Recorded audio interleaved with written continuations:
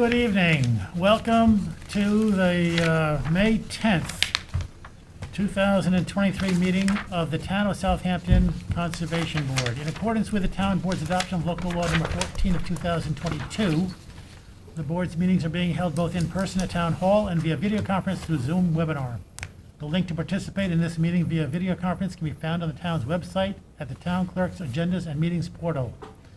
You can also watch the live stream video and submit written comments for the public record through the town website. If you are attending via Zoom and wish to speak during this meeting, then please raise the click hand icon. As a reminder, to all applicants, agents, and members of the public who wish to speak at this meeting, please state your name and hamlet of residence for the record. Thank you.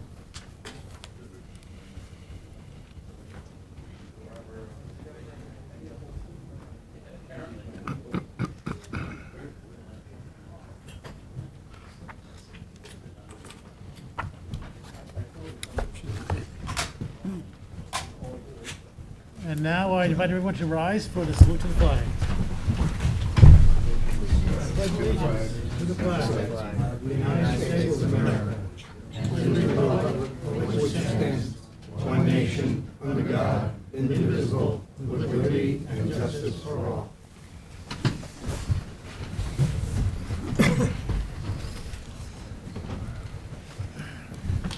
What is your pleasure on the minutes of April 26, 2023? Move to accept. As written or amended. It's Second. been moved and second. All in favor? Aye. Opposed? Public hearings A019131, Lynn Prue Revocable Trust, and this is the hearing which is requested to be adjourned to June 28th. What's the reason for the adjournment? There are 10 so far, and that's getting double digits. I start getting The applicant's agent has indicated that he's in the process of submitting a revised plan, and that we should receive that plan shortly. any more adjournments aren't going to be looked on favorably. Is there anyone in the public who'd like to speak in this application before we adjourn it? Is there a motion? So moved. Second. All in favor? Aye. Opposed? A022039, Helga Weimeyer. This is a new public hearing. I did review the original affidavits of posting and mailing. The board does have jurisdiction to open the hearing. Thank you. Harry, I'm recusing myself from this application. Okay. Are you the agent? Or who's presenting? Okay.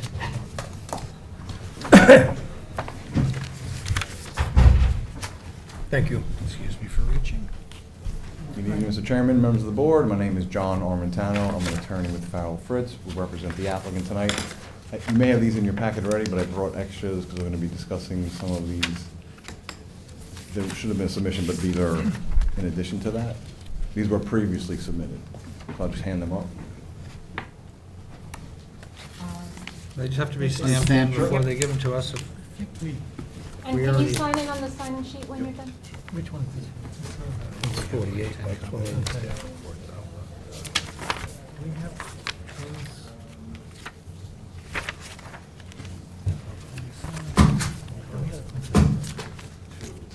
Got like 7 copies of the staff report in there. 27, 27.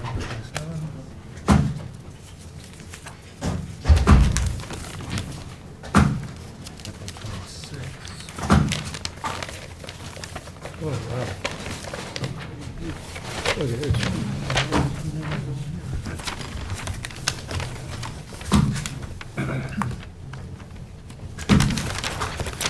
This is about a driveway over here. Okay. So it's a couple of things that we Sanitary. Sanitary. 2 copies of this dated April 27. keep that over there for you guys. We're going to be getting I'm more. already familiar with it. Go ahead when you're ready. Sure, and I'm also here tonight with Chuck Bowman from Land Use and Ed Corby from PW Grocer. On this side, okay. And as you're aware, this property is located at 151 Seascape Lane in Sacaponic. We were previously, or the applicant was previously before you for a different application with a larger structure that was presented. as part of the materials that are being submitted is the resolution that was adopted on September 8th of 2021. I'm sure you're familiar with it. It speaks, I think, one of the important aspects of this decision was, it's the first whereas on the second page, which discusses that, in essence, the board was looking for a minimum house size of 1,000 square feet, knowing full well that the area is compromised with wetlands in the area, but that this was the minimum variance that would be granted by this board. The applicant proposed a structure that was larger than that. It was subsequently denied, as that decision reads. But we're here tonight to revisit an application which complies with the board's request of a 1,000 square foot house. We will speak in more depth by the experts about the environmental issues as well as the engineering issues and the issues regarding groundwater and drainage. So tonight we're taking a step forward, we hope, in that this application is looked upon favorably by this board.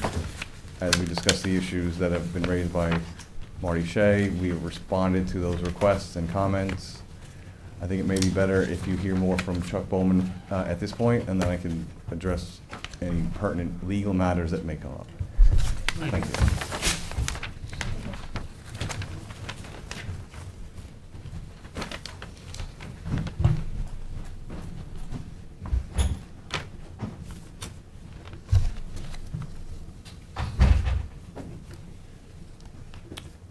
Good evening, Mr. Chairman, members of the board, and staff, of course. I think we've come a long way on this project. It's a very complicated lot, as the board well knows, and I don't intend to go through everything we went through for the last application, because I think the board is certainly familiar with it.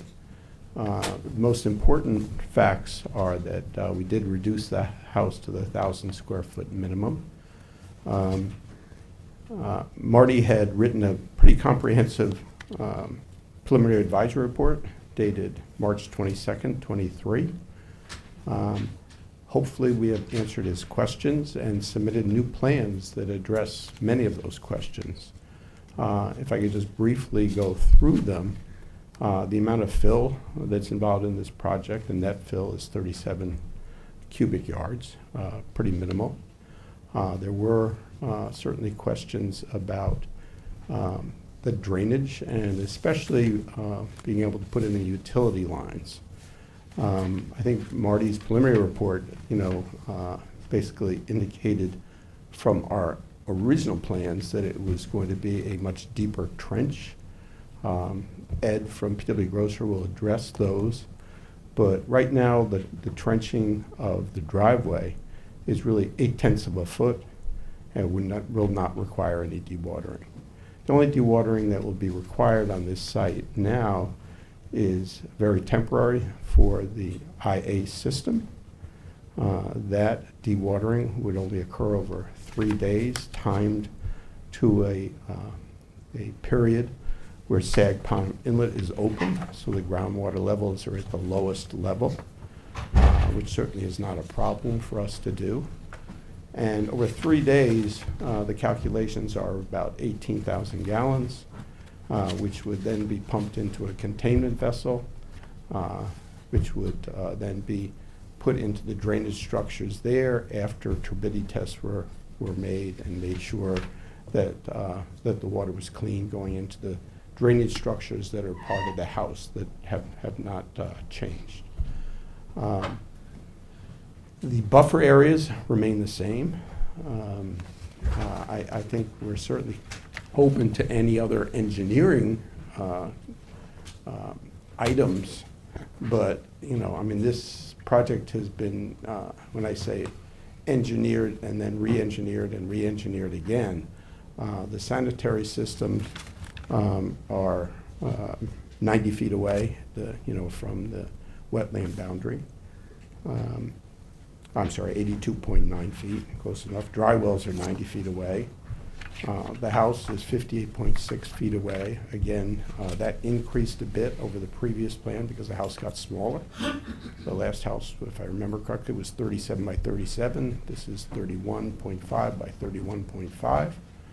You know, the parking areas have been reduced to the bare minimum with parking under the house.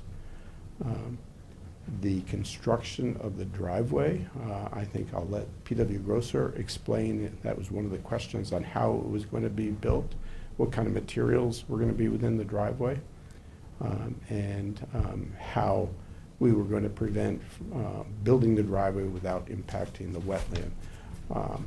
Just so the board is aware, which I'm sure you are, as you come in off of Seascape at the cul-de-sac, that is the closest portion of where the wetlands comes into Seascape. I think every care has been taken to make this project compatible. Minimum size permitted by zoning, maximum setbacks from the wetlands, maximum setback for the sanitary system, an IA system, and in that note, I know that there are objections from the neighbors, and quite frankly, all the neighbors have lawns going down to the pond and no IA systems, and I know that has nothing to do with this application. It's just putting it in context to that neighborhood. I think this particular project is certainly trying to do what's good. No lawns, there is no lawns. There's no ornamental landscape on this project, as opposed to all the neighbors who have lots of ornamental landscaping and are heavily fertilized. So, you know, with that being said, I mean, I think the board obviously is familiar with the last application. It's pretty much the same, except we try to make improvements, tighten things up, make the house smaller, and try to answer Marty's questions that were in his preliminary advisory report. So I'd like P.W. Grosser to come by and maybe go point by point through the engineering changes that have taken place, which I think make the project better. Thank you. Ed?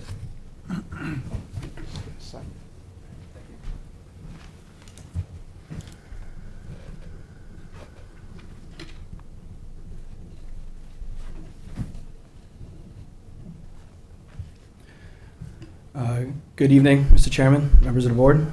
Edmund Kirby, on behalf of P.W. Grosser. This letter was addressed to Mr. Martin Shea on April 21st, 2023. And so I'd just like to go through and address the responses based on the attached revised plans that you guys have in front of you as well.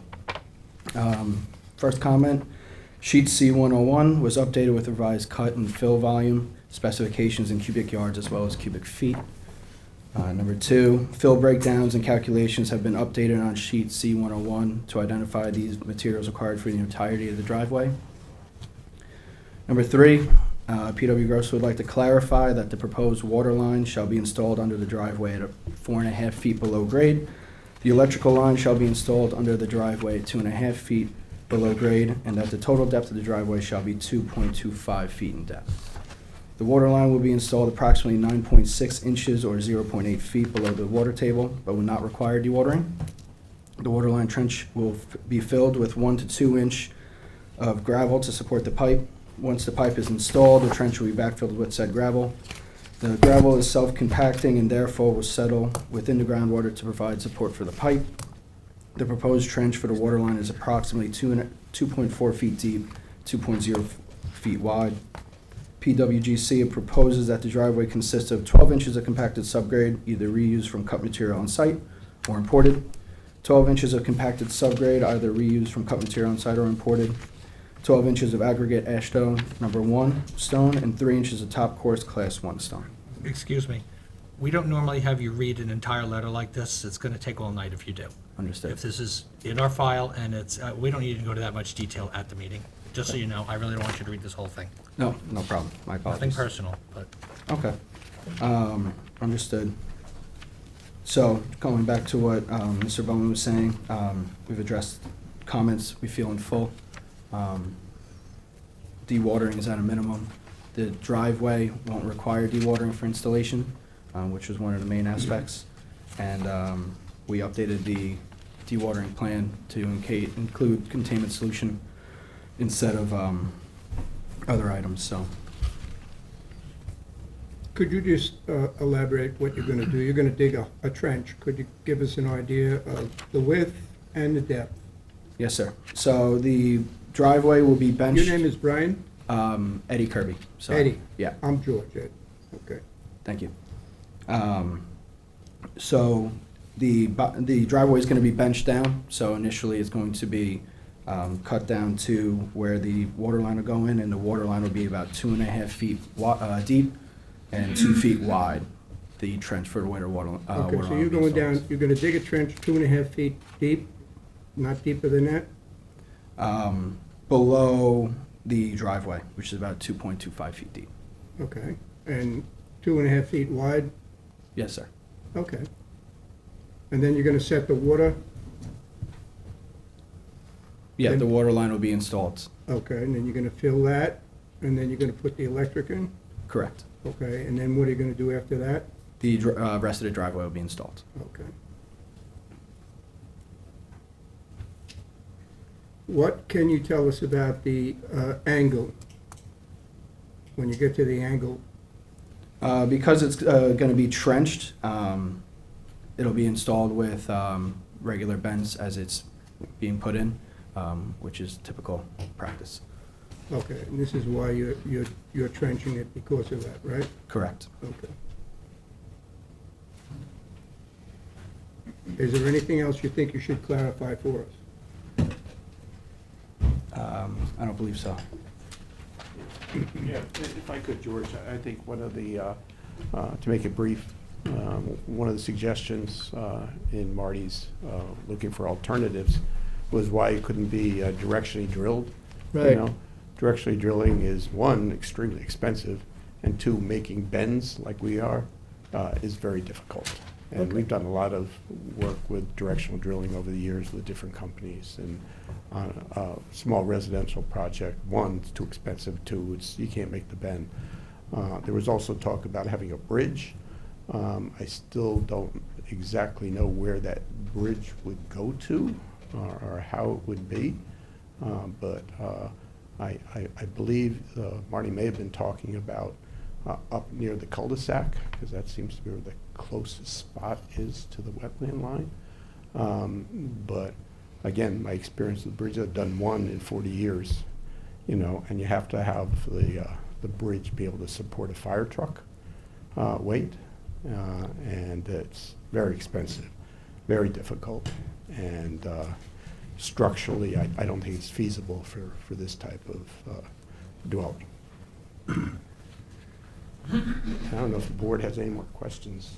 Would for you me. address, I'm looking at this, C-101. C101, Okay.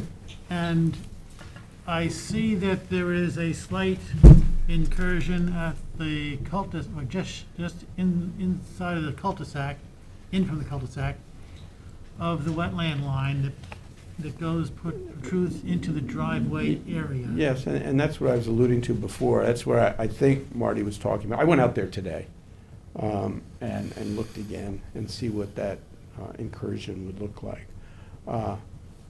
Is it possible that we would be incursioning on that small area? I didn't measure it. However, I think if there is a small incursion there, we certainly can adhere to Chapter 325 and provide for a 2-to-1 mitigation and replanting. We have 32,000 square feet of uplands and buffers here. You know, it's certainly, we can take some of that area. And it looks to me like a small area. I don't know the square footage. I don't know if Marty had come up with a number or not. But we did have the driveway staked out as per Marty's request. And that did make it very helpful to me, I'm sure to him too, to see exactly where that edge would be. And we certainly would be more than willing to adhere to 2-to-1 mitigation, again, with Marty's approval of how it's done and where it's done.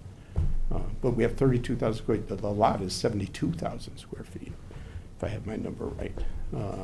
So, you know, it's we have a significant amount of upland area, even though it's buffer for the most part. it certainly can be converted to wetlands without too much trouble. Thank you.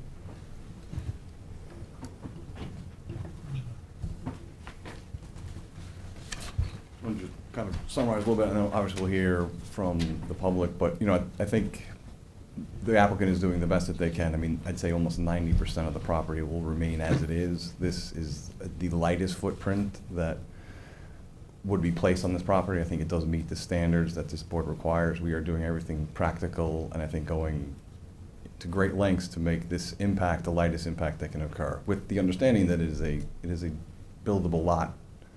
So there has to be something, and I think what we've done here is gone through quite a bit of exercise, and obviously working with staff. Again, the staking of the driveway, I think gives, if you've seen it, you'll understand the property.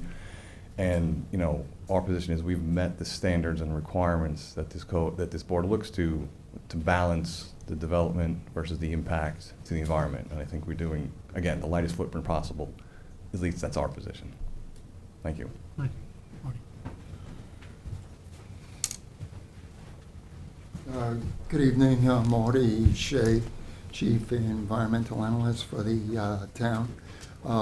As indicated, there is a preliminary advisory report on record dated March 22nd, 2023.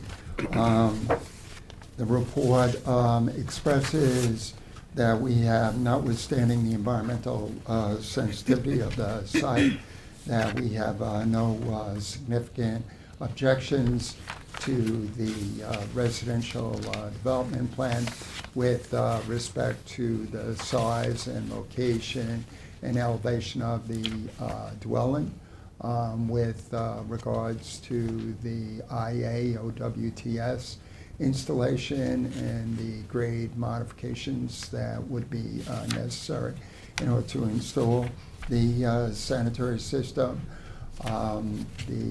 where the home would be built,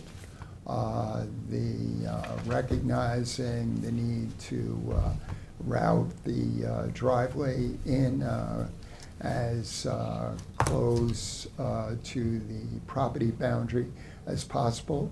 The buffers within the immediate vicinity of the elevated home are being maximized. The applicant has indicated that they're amenable to come forward with a native landscape plan as well, which is certainly beneficial in terms of providing additional habitat for native insects, songbirds, and other wildlife. The concerns that are put forth in the advisory report center on the potential adverse impacts of the drive construction. As indicated at my request, the applicant had a surveyor stake the parameters of the drive. As was alluded to by the applicant, at the drive access and entry off the cul-de-sac, the elevations drop. And that's where the wetlands come in. Continuing along the driveway route, there's an extension of those lower elevations and swale until they level off closer to the east side of the property.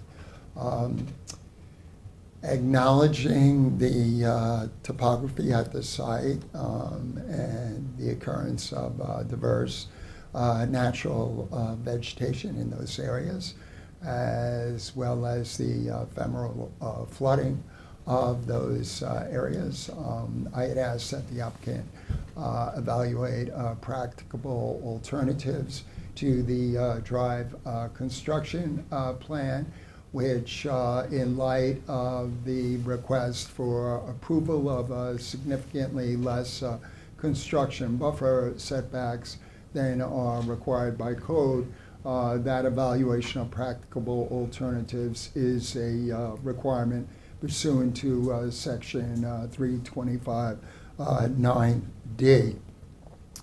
When I recently went back to the site, there was surface flooding within the portion of the wetlands that would be impacted by the drive, as well as in the adjacent uplands within the swale that runs along the south side of the abutting pervious stone drive.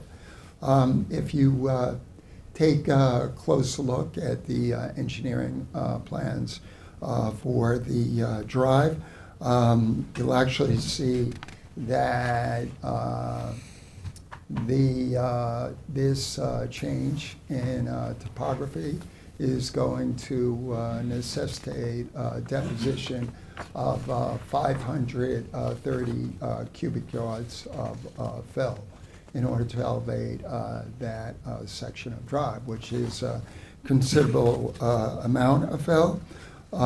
As was described by the applicant, what they are seeking to do is to dig a long trench alongside the abutting pervious stone drive.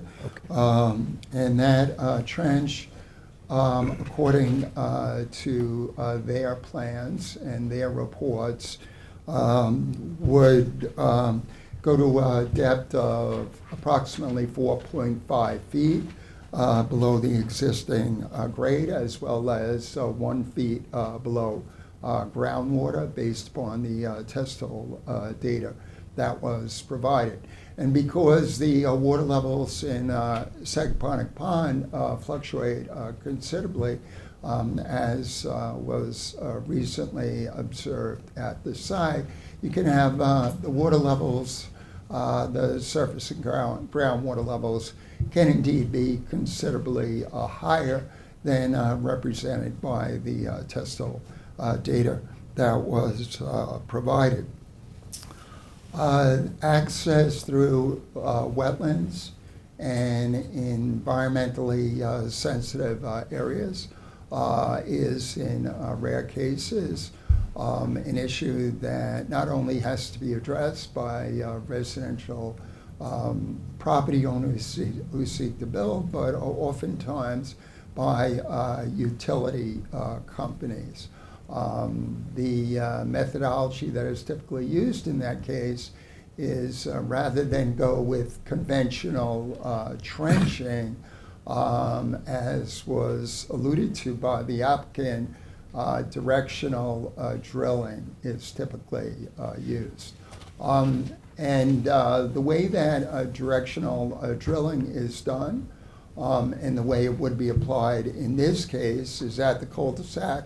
You would dig a small entry pit using mechanical equipment. The piping then would be directionally put forward underground and within the groundwater table as well until it reaches an exit pit. This is a property where the use of directional drilling is particularly applicable, probably for about maybe the first 50 to 75 feet for the drive. Because that's where the drop-off is, that's where the periodic flooding is, that's where considerable amounts of wetland and adjacent area natural vegetation would have to be removed in order to dig a conventional trench. The trench is being dug for several purposes. One, as just touched on, is for the purposes of running utilities to the elevated residence, but it's also for the purposes of establishing a sufficient subbase with the needed weight-bearing capacity to support vehicles as large as a fire truck that are driven on the driveway. So they're not just going to work with they're not just going to work with the existing topography. What they're going to do is they're going to excavate, and on top of that excavated trench, they're going to deposit a considerable amount of subbase in order to build that area up so that the elevation of the drive can approximate the abutting stone drive to an abutting residence. In the event that trenching for the purposes of utility installation is done when the water levels are high in Sagaponic Pond, there will likely be a need for dewatering. There will be a need to somehow support the sides of the trench. As you can see, based upon the drawings, the sides of the trench would be somewhat steep.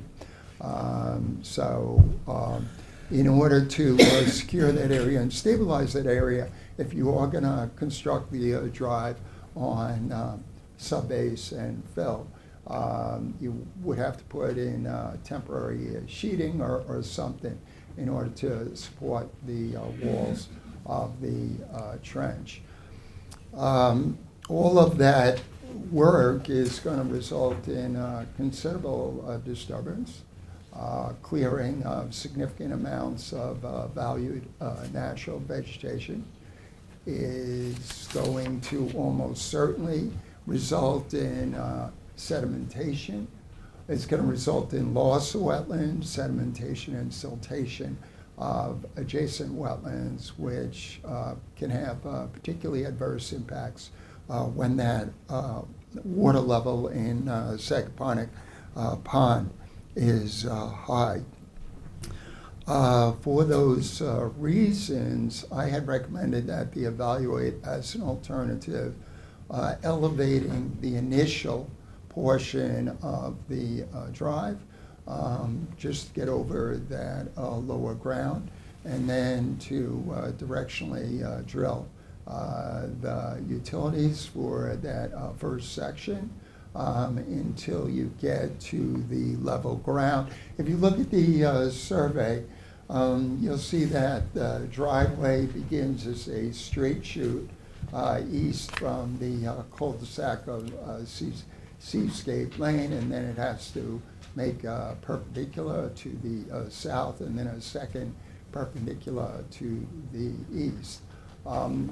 Prior to that first needed roughly perpendicular configuration of the drive, you have level ground in that area. So I have no concern with regards to building of that drive on that level ground as it continues its route to the residence.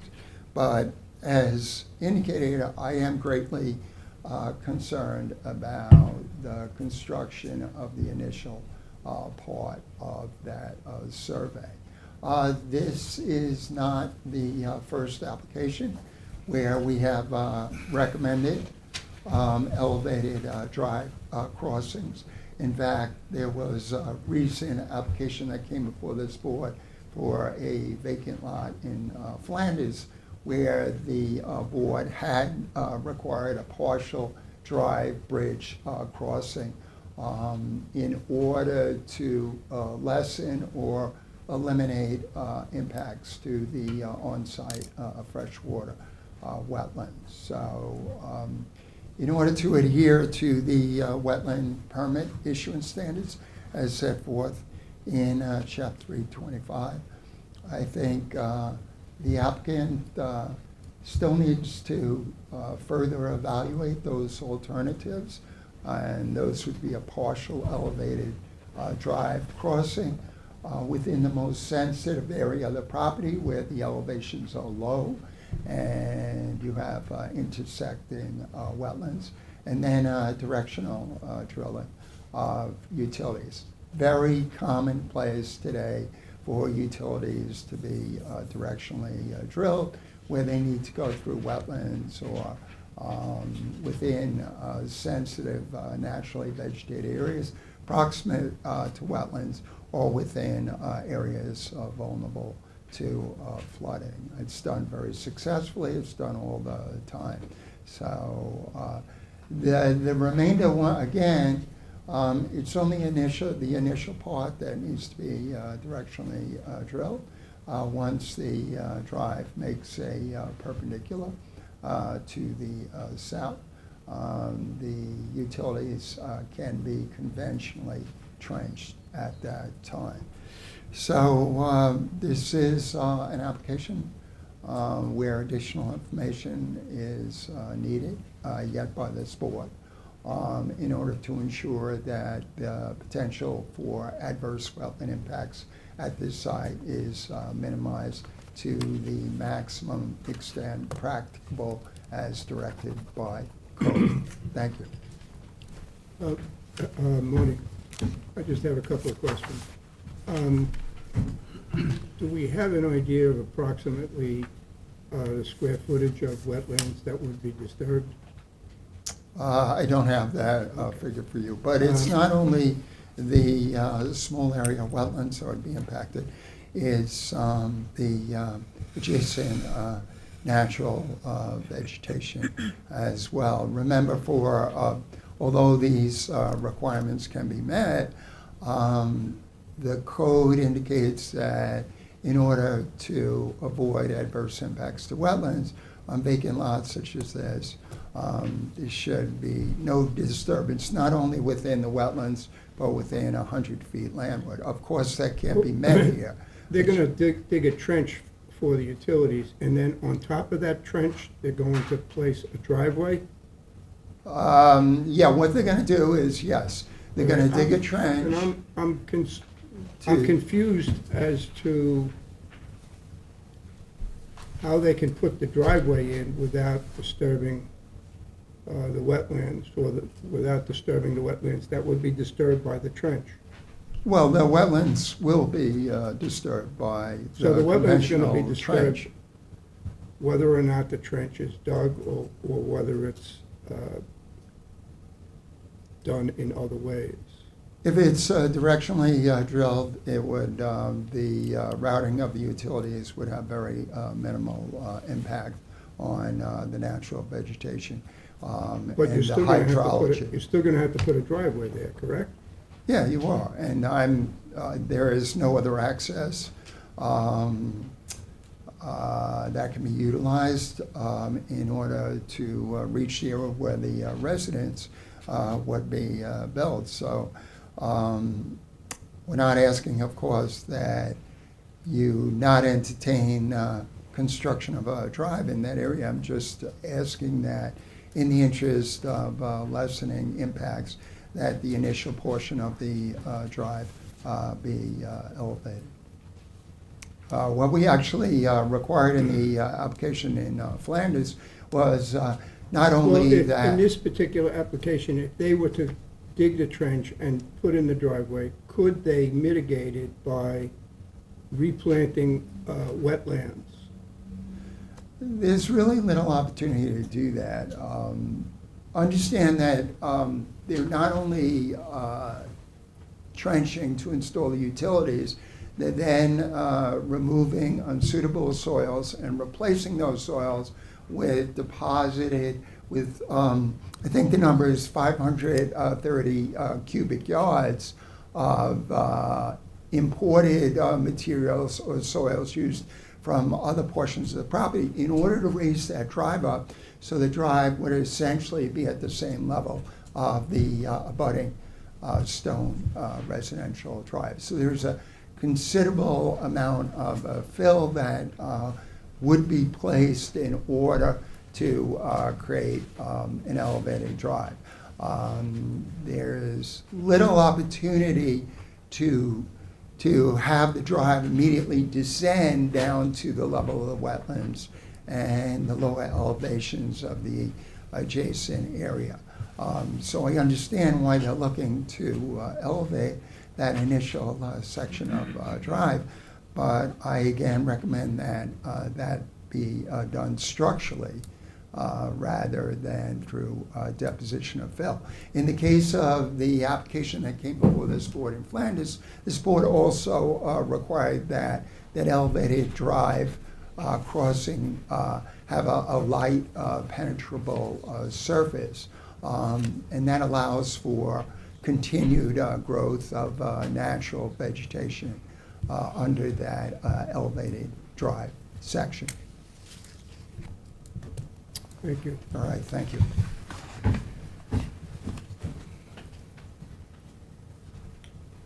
Again, Charles Bowman, Land Use Ecological Services.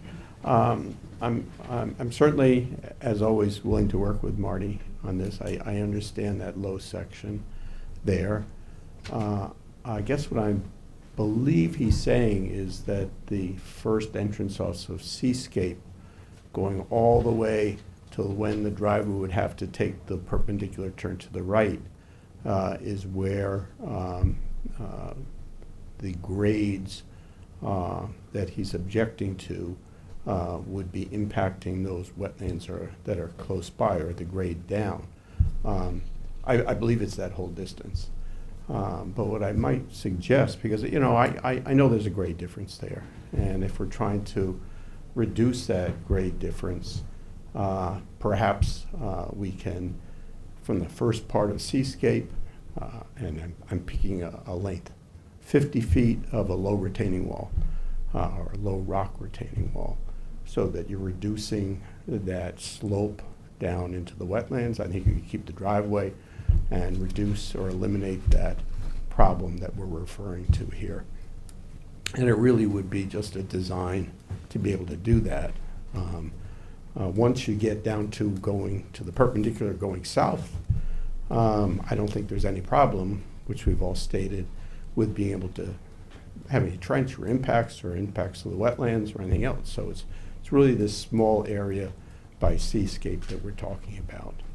And certainly there's many cases where a low retaining wall is put in to keep from having to have a slope down towards the wetland area. Yeah. And if that little retaining wall impacted a small amount of wetlands, again, I'll reemphasize that we certainly would be more than willing to provide for some mitigation if acceptable. But I think that would eliminate most of the concern here about the slopes.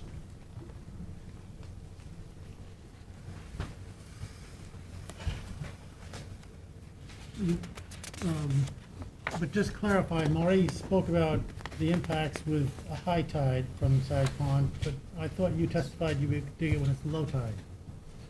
We did, and if the board will recall, the same question came up last time. The trustees have a gauge on the Sag Bridge. It's an orange mark on the bridge there.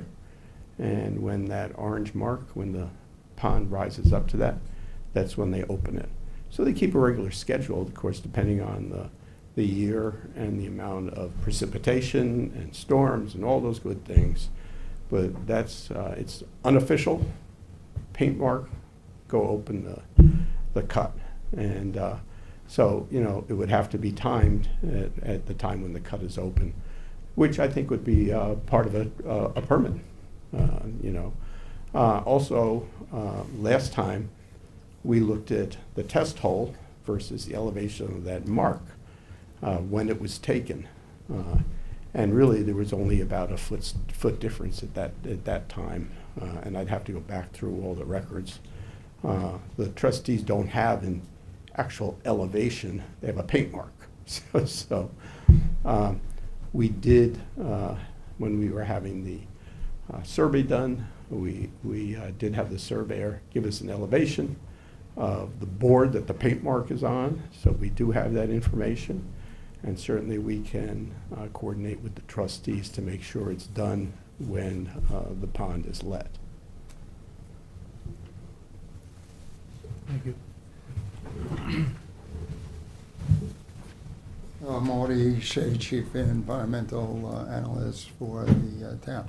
Recognize that the adverse wetland impacts that would result due to construction of a drive on elevated fill, or they're not only related to the after effects and long-term impacts in terms of any erosion of the newly elevated mounded drive and siltation of the adjacent wetlands. They also are a consequence of the change in the elevations by the deposition of fill, destruction of the vegetation within that filled area.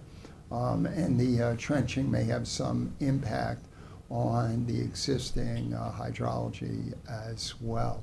I don't know when the test hole data was taken relative to the opening of Sag Inlet, but I can say that after the applicant had a surveyor stake the drive route and I inspected the property, I did see shallow surface flooding in the area of wetlands to be impacted and the immediate adjacent area. Now, if you were to construct a partially elevated drive, and you would not have to go for the full length to that first perpendicular, you would probably only have to go a half of that distance or maybe even less, because that's where the lower elevations are.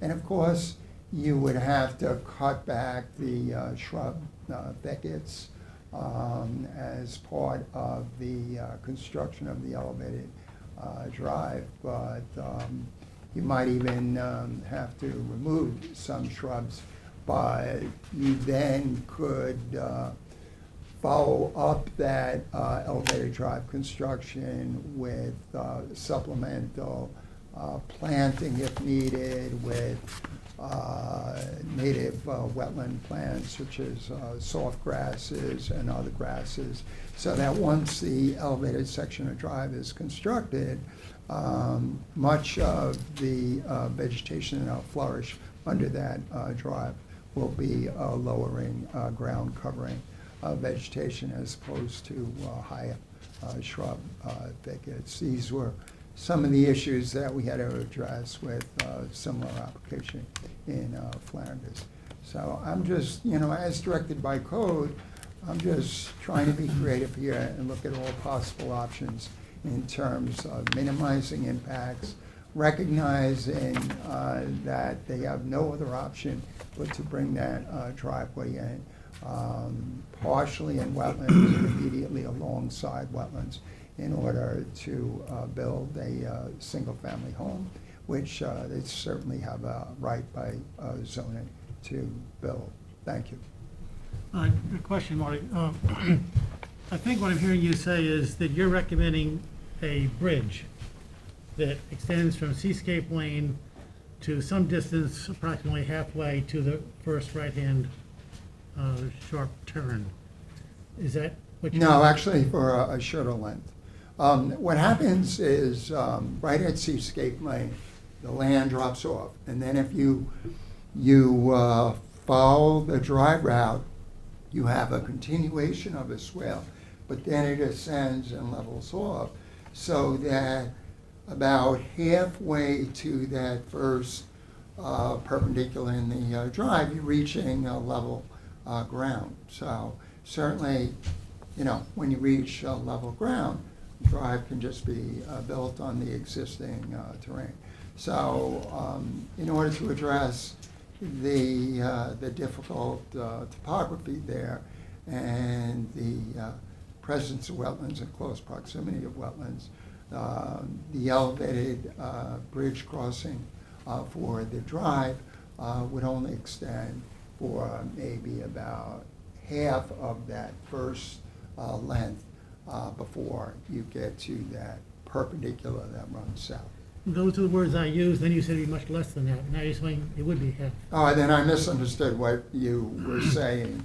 So then you're Chair. suggesting a bridge that goes about 75 feet, because the whole run looks like 149 feet, and then under that bridge would be directional drilling. Yes. But if we approved an elevated driveway, there'd be no point in directional drilling, right?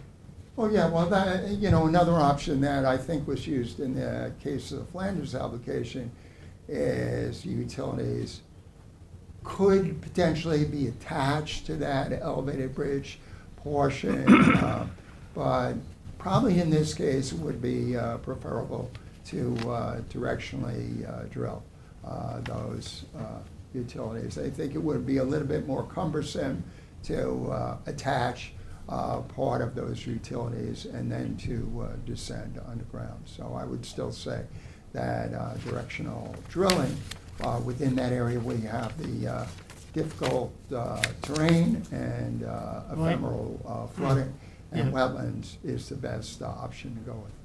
That's actually not where I was going. Where I was going was, I'm trying to coordinate to put all this together, because there's a lot of words here, taking a lot of time. But the gist of it is, I believe what I'm hearing you say is, the bridge coordinated with directional drilling is what you're recommending. But if we were to approve an elevated drive, there would be no benefit in directional drilling, because the excavation would have to occur to get a solid base to drive on, especially for heavy vehicles.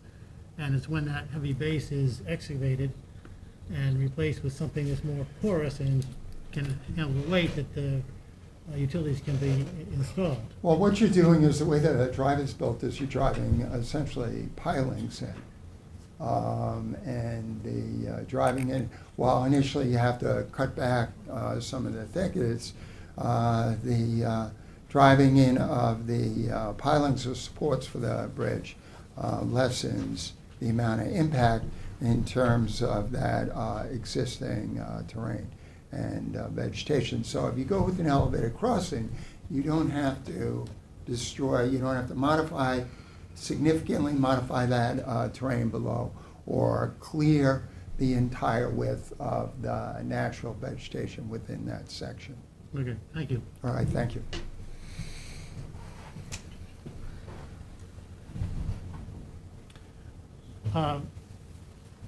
Chuck, do you want to respond with anything? How about the public? Well, we'll do that in a bit. Yeah. You're gonna keep going back and forth. Sure. Charles Bowman, Land Use Ecological Services. Again, I'll go back to my suggestion. I understand what the problem Marty's trying to solve. I don't see why in that particular area to meet the grades, when we first come off of Seascape, which we recognize there is a grade change, why we just can't come back with a small, low retaining wall that's put on right on the edge of the drivable roadway, so we don't have a slope. Yes, we would still have an elevated driveway. We could still trench the utilities in that elevated driveway, and we would be protecting the wetlands from any sedimentation that way. Most times, the permit would be written so that retaining wall has to go in first, before the rest of the work is done, so that you have a stopgap to the excavation in the driveway. We all need a driveway. And if there is any mitigation that is needed for that retaining wall in that little area, it looks to me like the wetland comes just closest, maybe 20 feet from Seascape. So that's the area that's most important that would be impacted, and we certainly could put a small retaining wall in there. It could even be driven, so it doesn't even have to be excavated, and then build the driveway, which I think would solve everybody's problem here. If you're willing to do something like that, I actually have no problem with that. I think the excavation for a driveway or the change in grade for a driveway, I think it needs to be done anyway, and I don't see for such a short period of time where we need to have a bridge. I don't think that's necessary at all. Well, But if you're willing to do something like that, just whatever you can do to mitigate it, I'd rather just do it that way. I think we could do it that way. Again, we do it all the time, and we do it on tidal wetlands all the time, where we drive a wall in to avoid the wetlands that are on the bay side, and then do the work on the landward side. I think it's not going to be for that long a time, and we certainly can meet with Marty as part of the permit approval process that says, okay, it should be 15 feet long, 20 feet long, whatever we decide to be able to meet the grade. Okay. Yeah, but I don't think a bridge is necessary for such a short distance. Open to other ideas from the Other feelings from the rest of the board, if you want to go with more information, or if you like the retaining wall idea? We need to make a decision on this pretty soon. I'm fine with the retaining wall. Agreed, I do like the retaining wall as well. Okay. Mhm. Is there someone in the public who would like to speak in this application? Yes, sir.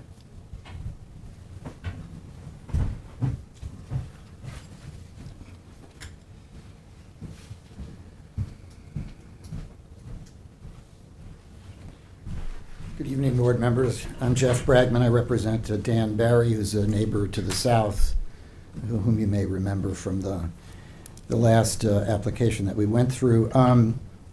It seems to me that we're doing a lot of talking about structures with very little engineering detail on what we're talking about. And I think it's significant because with respect, neither Mr. Bowman nor the representative from Mr. Grosser's firm are structural engineers. We've never seen a road profile. I think the board would be well served to get a driveway profile so we can actually see in a section what we're talking about here before you make a decision as to where to go. I also noticed, I may have missed it in the file, but I looked through the file yesterday, and I don't see any updated survey from the applicant that has the latest plan on it. He's kind of piecing it together from, he's got a dewatering plan, he's got a septic plan, but I think it's a requirement of an application to put it all on a survey. And as far as I could see, I may have missed it, but it ain't there. So I We think, usually require a survey before the permit is released. I'm sorry? We don't always require a survey at this stage of the application, but we require it before the application is, the permit is released. Well, I think the board would be well served if they could see on a survey where, for example, the dry wells are placed. You don't even have a survey that shows that. We don't need a survey to show that. Well, I would suggest you do. The application has changed. Okay, your point is taken. Thank you. In addition, so I think, if I understood what Marty Shea was saying, he was saying that there's an area here, we acknowledge that everybody that has a house has to have a driveway, but I think what he's saying is that there's an area where he's suggesting and recommending no disturbance because of the terrain, the change in terrain, and that's why he's talking about an elevated a bridge on that first section. And it seems like a reasonable alternative that you should be examining, and to do so, you need some engineering. And while Mr. Bowman may be happy to give you another retaining wall, it sort of exacerbates the problem that Marty's talking about in the first place, because what he's trying to do is he's trying to avoid trenching and excavation in that first part of the driveway. So the solution that Mr. Bowman is offering really is not a solution. It's worsening the problem that your environmental analyst is pointing out. We haven't discussed the propane tank and what's going to happen with it. We haven't discussed the pool and where it's going to be decanted and whether this house should have a pool. By the way, we keep referring to the house as a 1,000 square foot house. It's not a 1,000 square foot house. It's a 1,000 square foot footprint. So it's a 2,000 square foot house. Admittedly, a reduction from the last application. I'm aware of that, but it's a 2,000 square foot house with a pool, with dry wells that are necessary to decant that pool, and the excavation that Marty's talking about is very significant. They're talking about 530 cubic yards to stabilize that driveway and make it secure. If a dump truck has about 20 cubic yards, that's what, 100 and, you'll have to do the math on that as to how many dump trucks it would take. It's quite a bit of, I see you, the chairman, looking to see, is a dump truck 20 cubic yards? I think that's what we looked up when we checked it. So the issue that Marty's addressing is pretty serious. It's 530 cubic yards. And the sensitivity of this land, I think, is apparent. Some of the discussion that you've had now about the test hole is a little disturbing because it's been sort of glossed over that, oh, I think Mr. Bowman said, well, there might be a 1 foot difference. If I read the documents correctly, the depth to groundwater on this property is 2.5 feet. So a 1 foot difference, if that test hole was drilled at a time when the cut was open and the water was at the lowest level, it doesn't bode well for minimal impact construction, which I think is, I think it lends weight to what Marty Shea is telling you should be avoided in that first section of the property. None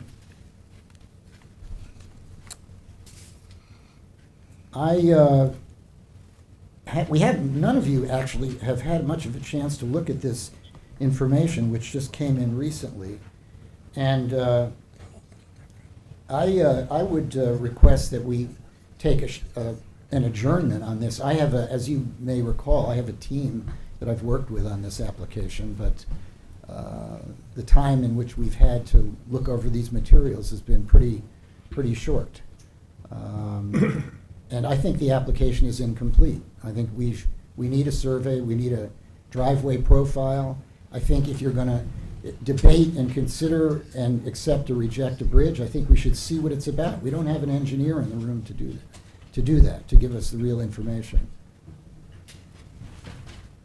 So I would... Another point is that it is a rooftop pool too, which is a little bit different dynamic than one that was covering. Right? Not really on this property, because a rooftop pool, no matter what kind of a filtration system it uses, whether it's saltwater, freshwater, whatever it's using, it's going to need chlorine. They all need chlorine at some point, and it's going to have, it's less chlorine, but it's going to have to be... We're talking about the distance from wetlands. It's not increasing the distance from wetlands, decreasing distance from wetlands because it's outside of the footprint of the dwelling. It's within putting... the footprint of the dwelling. So we're talking about the distance to wetlands. And that's what a lot of 325 is really geared towards, is distance from wetlands in addition to everything else we talk about. That's my point.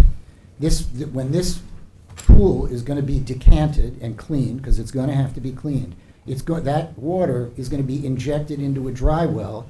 Those dry wells are closer to the wetlands because they're on the southern side of the house. If we had a survey, I could show you on the survey where they The site are. plan has dry wells on the one page of the site plan. I that we have I saw it, but it And should be... the formal survey will be submitted before we release a Well, permit. you'll It has no- to match everything that the permitting Is there- includes. I'm glad to hear that, but you'll note that the dry wells are on the southern side of the house. There's like 4 or 5, 6 of them. I forget the exact number. So that's where that's going. And when you put a dry well into land near a wetland, you're injecting that water into the groundwater faster. That's what you're doing. And I'm saying that when you look at this house, it's not a benign amenity. A swimming pool on the top of this house on a piece of land like this. It's been a long time since we talked about the quality of the environment here. And I think it's that alone is worth at least one more discussion in front of this board when we can revisit that and see if you've still got an endangered bird that appears to be hunting there, which the last time I was here, I reminded the board that you have the responsibility and the authority to notify the DEC of a potential taking of that endangered bird. So there, and the quality of this wetland is notable. Last time around, we told you, and Marty confirmed in his memo, that there is property beyond the boundaries, the boundaries designated as the limit of wetlands. There are wetlands beyond that area because this land regularly produces ephemeral ponds and flooding. Again, related to the depth to groundwater, which is extremely shallow, 2.5 feet. There's also excavation, I think, for the dewatering plan. It's a 3-day plan, I think, to remove 100,000 gallons of water in order to do the construction work. This is not a simple plan, and I think it's I think it merits a little more attention than a single night's hearing, frankly.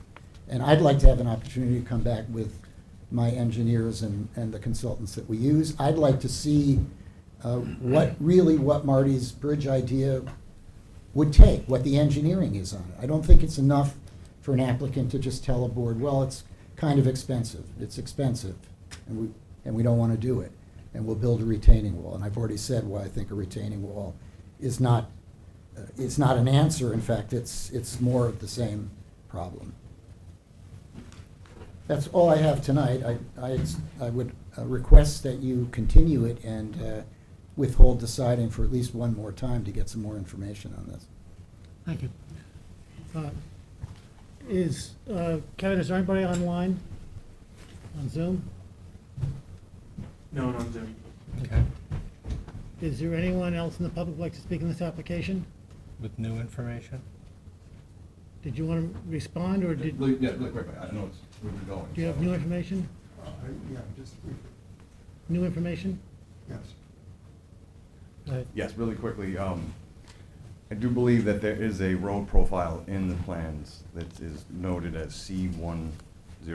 So there is a road profile in there for the board to take a look at. That was one of the points. The other issue was, if we misspoke, the board wanted a 1,000 square foot, which is the footprint, which we all know. That is what we are proposing. The second story is really not pertinent to this discussion. I just want to add that to the board. We also have a dry well that is going to be dewatering the pool. The calculations that Mr. Brennan said were incorrect. I think the number is 18,000 for dewatering, not 100,000. Just to clear the record up, I'm sure the board is well aware of that. Yep. Thank you. Marty Shea, Chief Environmental Analyst for the town, because this was touched upon. The 530 cubic yards of fill that need to be placed for driveway construction, that equates to about 28 dump trucks.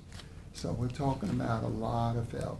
And with regards to retaining wall construction, the further impacts related to that are not just associated with the wall, it's associated with the footings, associated with potentially needed removal of additional unsuitable soils in order to ensure that that retaining wall is stable.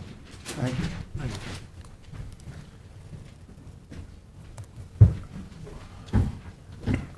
Yeah. Mr. Chairman, just one more point. The 537 cubic yards is the total. We're planning on using some of the soils from on-site, so the actual importation of fill would only be 100 and some odd, depending on if the soil's usable or not. But I just want to make sure that you understood that. It's not 28. I'm sorry, did you say you'd probably have to bring in 100? Yeah, it's probably anywhere between 100 and 200 yards that may have to be brought in. And the rest you're gonna have Well, on it's site? on site. We have to Okay. excavate for the sanitary and dry wells and all that good stuff. And it's all on the plan. There's a list of the cut and fills right on the plan. Mr. Chairman, can I make one more comment?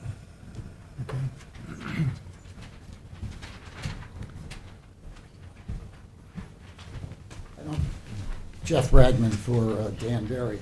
I don't pretend to be an engineer, but I see a driveway cross-section of a piece of the driveway, but when I was referring to it, a driveway profile, the driveway profiles that I've seen on applications take the entire length of the driveway in cross-section and show you the natural topography and where the driveway deviates from the natural topography and where it follows the natural topography. It's a very illuminating engineering piece of information that would help this board really understand what's going on with the driveway. This cross-section is not a driveway profile on C-102. Thank you. Make a motion to close the public hearing. I'm sorry, I didn't hear it. Make a motion to close the public hearing, so new information for me. A second? Are we going to allow this other information to be submitted? About a bridge? Yeah. What Mr. Bowman brought up? If you're interested in pursuing a bridge in this location, then we would need more information. If the retaining wall is sufficient, then, and we've heard enough information, then we can close the public hearing and make a decision. Okay. So it really depends on, if you want more information, if you want to explore that bridge idea more, then we should leave it open so that we can get more information. But if you're content with, if you don't want a bridge here and you're content with what he's offered to do, then we can close. It sounded like everyone was okay with the alternative to a bridge, Yeah, I and if everyone's gonna. just wanted to give everybody an opportunity to submit any information. It's not saying that I am not comfortable, with the retaining wall, but I like giving people the opportunity to bring something in. What we that can might- do is Leave it close the within- hearing with a written comment period. Okay, Comment period. How long? 10 days? 10 2 days. weeks? 2 weeks. 2 weeks. 2 Okay. weeks. So And we then- should set the closing time at 4 o'clock Wednesday, 2 weeks from today. Okay. I amend my motion to accommodate that comment. It's been moved and Seconded. seconded. All in favor? Aye. Opposed? Thank you.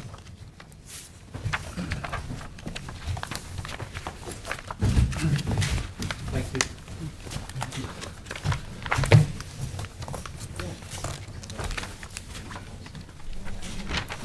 So is Zeb still out there or did he go home? Sure.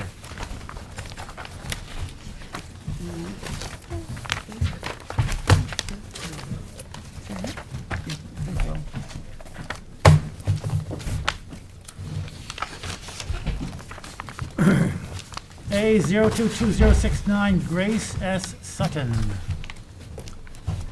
And this has been heard, we don't need that to voice seat affidavit. So Rich, you may present your application.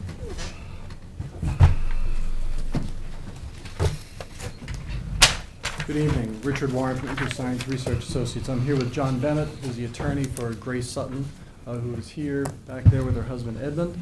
Tom Strauss is also here. His wife, Wendy Cronwell, could not be here tonight. She had another conflict in the scheduling. Tom and Wendy are in contract to purchase the property. I'm also here with Shannon Corcoran from my office, Lori Beppo of Blaze McCoy, who designed the home on this property, and Paul DeLandro, who did the engineering for the septic and drainage. At the last meeting that we were here, we were asked to make some revisions to the plan for this project. A package of materials was submitted that included all of those revisions. I just thought I'd go over those with you. To increase the wetland setback, we were asked to shift the residence as far west as we could reasonably move it. This is a copy of the proposed revegetation plan. The house was moved in this direction, and it was moved over to a minimum setback off of the western property line that's allowed under 330-83K. The house wetland setback, which you were asking for an increase from this location here, went from 5 feet to 9.4 feet. The deck setback from 2.7 to 6.5. The house is located at the minimum setback from the street through here because we need room to place the sanitary system, and these are all the minimum requirements. We can't move the house any further to the south. This plan will require some relief from the Zoning Board of Appeals for front yard setback as well as pyramid for some railings on the roof deck. With the house shift moving over, the pervious gravel driveway was reconfigured and it was reduced in area by 97 square feet. It nominally increased the setback by another foot. The garage door and the entry door in this area were flipped, so that this way we could pull this down a little bit further to the south. The position of propane tank was moved. It was on the side here. We moved it adjacent to the driveway, and that will be screened with vegetation, native vegetation. The limited disturbance was reduced. This is a really tight plan, as you've seen with the last submissions, but we reduced the clearing on this property from 4998 square feet to 4872 square feet. So we got another 126 square feet of undisturbed area in the property. Our plans show a perimeter project limiting fence that would be installed to control the construction activity. The stormwater drainage plan has been revised. We had originally proposed, as you may recall, some drainage out underneath the decking and underneath a portion of the house through here. That is now all contained underneath the driveway. And by doing that, we were able to reduce some of the fill on the site as well. We have 2 inches storage capacity for the drainage that's shown. The fill that had previously been proposed under the house in order to accommodate the drainage had been eliminated. The sanitary system was adjusted to reflect the highest anticipated groundwater on the property. The grade over top of the septic system is approximately 1 foot over the existing grade. We're using a pressurized drain field, so we don't have to do retaining walls. If you'll remember, the house to the east and the house to the west did not use pressurized drain fields. They have concrete retaining walls that hold their septic systems. But this is a pressurized drain field which does not require as much fill and keeps it down as low as possible. So we're able to do with a geomat pressurized system so that the fill required for the septic system is only about 1 foot over existing grade. We provided revised cut and fill calculations. We have 32 yards of cut on the property, 54 yards of fill, so there's actually a net increase of 22 yards on this property. So we've actually tried to keep this really tight. The first and second floor decking are using light penetrating materials to allow for the growth of vegetation underneath. The first floor deck that's over here, it wraps around the home.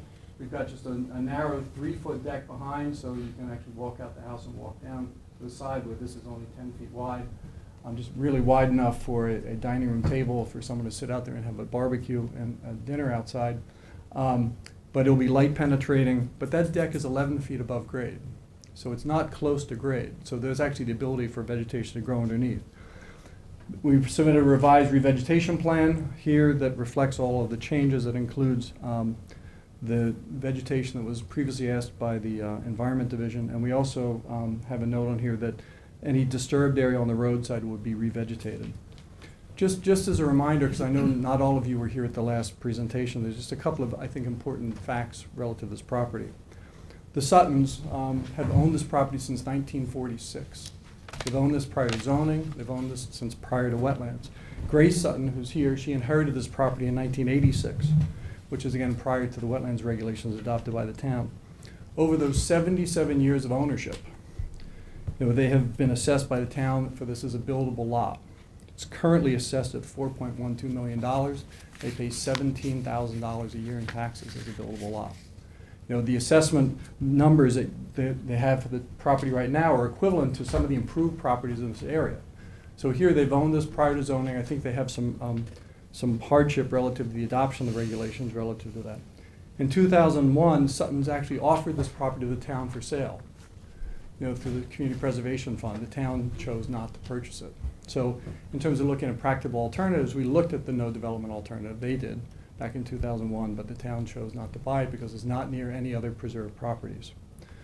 Recognizing the constraints of the property, the project team that they've put together really worked hard. This is a small house. The gross floor area of this house is 1,573 square feet on 2 floors. It has a footprint of around 800 square feet, so it's small.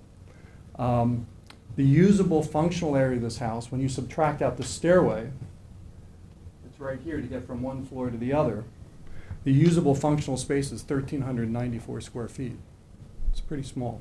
The minimum house size under zoning is 1,400 square feet. So we've tried to keep the pencil pretty sharp. This house is smaller than the house that was recently approved to the east. The house on this site originally was 620 square feet. It was approved by this board to go to 2,200 square feet gross floor area. The house to the west that you recently approved is 2,000 square feet. This house is narrow in depth. It's only 15 feet 8 inches deep. So you could fit this house and the deck in the width of this room. It's a pretty narrow house. It's 1 room wide.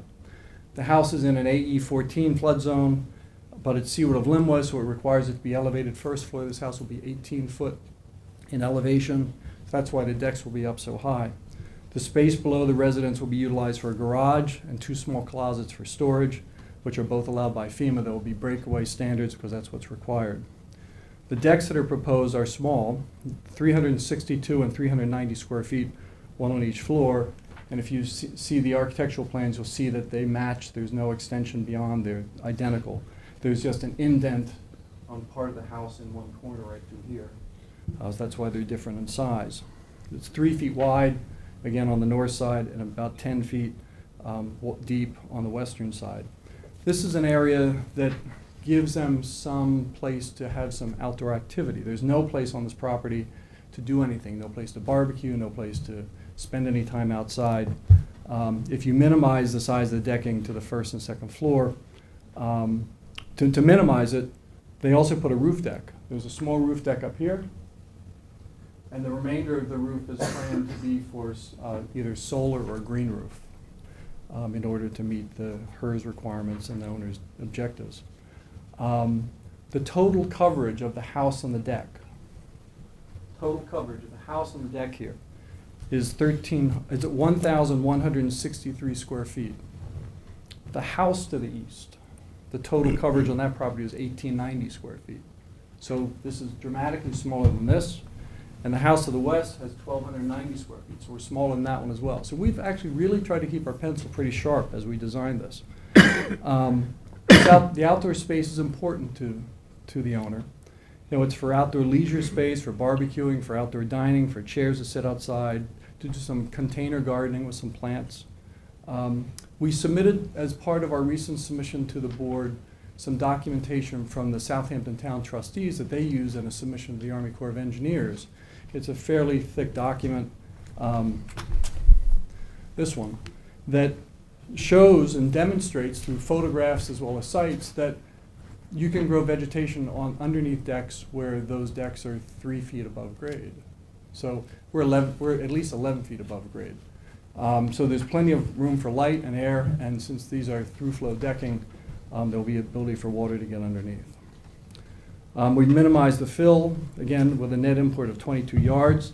On the eastern property, over here, 422 yards were approved, 295 yards were approved. We have a net increase of 22. A considerable portion of this property will be left undisturbed. We'll expect, as part of the condition of approval, there'll be some covenants and restrictions that'll put a buffer over this by the time we get done. So we've worked really hard on this from the beginning because we recognize this is a difficult site. We've worked really hard to try to come in with a really compact home and compact development on this site. I'm here with the rest of the project team if you have any questions relative to what we've presented. But I think we've addressed the requests that you made of us. Thank you, Rich.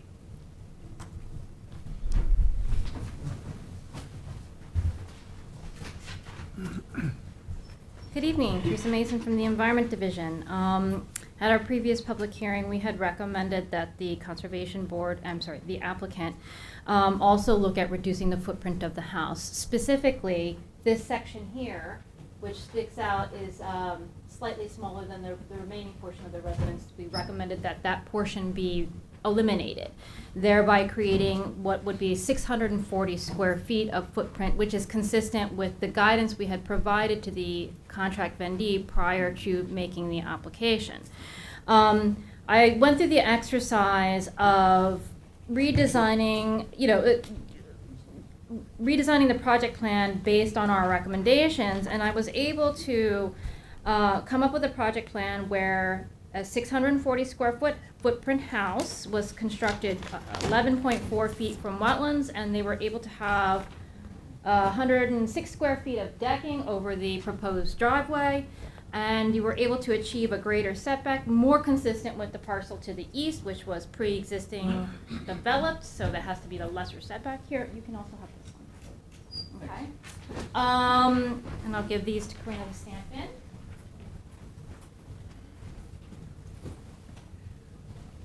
So, for us, the main consideration here is the size of the dwelling and the fact that it's 9 feet from the wetlands as currently proposed. As recommended previously, we had requested that the size be reduced to 600 square feet, or between 600 and 700 square feet, which is still more than the minimum allowed by the town code. Additionally, I would like to dispute Mr. Warren's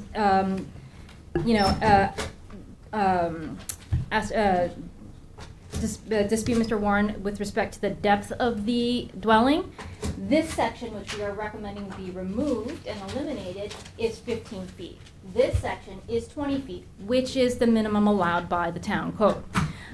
So it's not like we're asking for them to be reduced beyond what the town code allows as the minimum.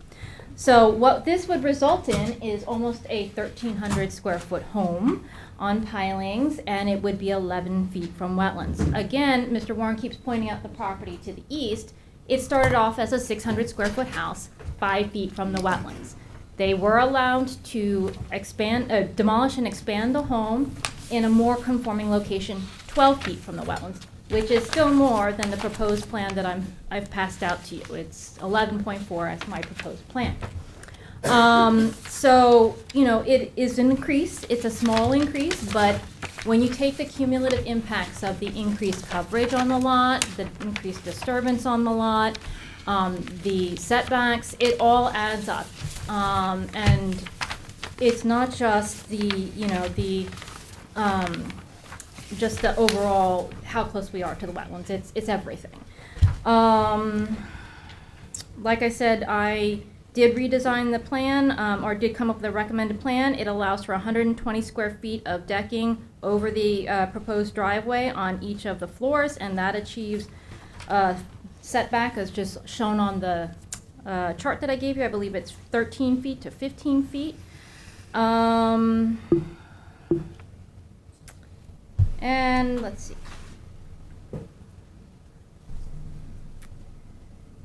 So based on my recommendations, we can achieve a coverage calculation of 760 square feet versus the applicant's proposal, which is almost 500 square feet more at 1,160 square feet.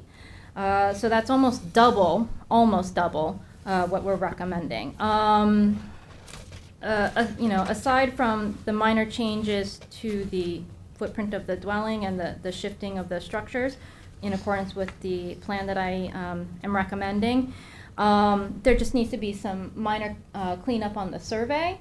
But we don't really necessarily have a problem with the septic system location and the fill that's needed for the septic system. The driveway configuration can be, you know, tightened up and shifted as needed as part of the redevelopment plan.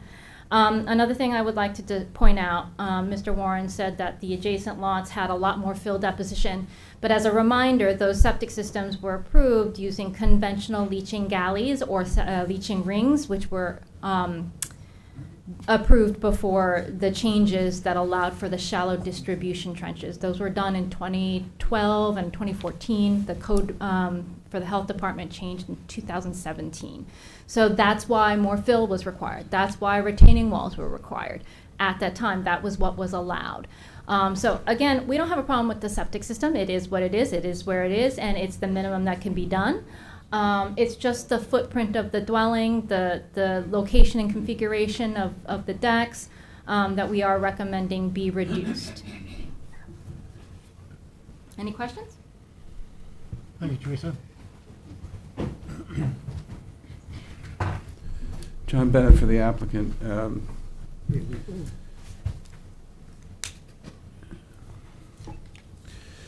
I know in the past you balked at hearing this and saying every site is specific, but that's to a certain case true, but the law requires that you look at activities that you have permitted in the past on adjacent lots. And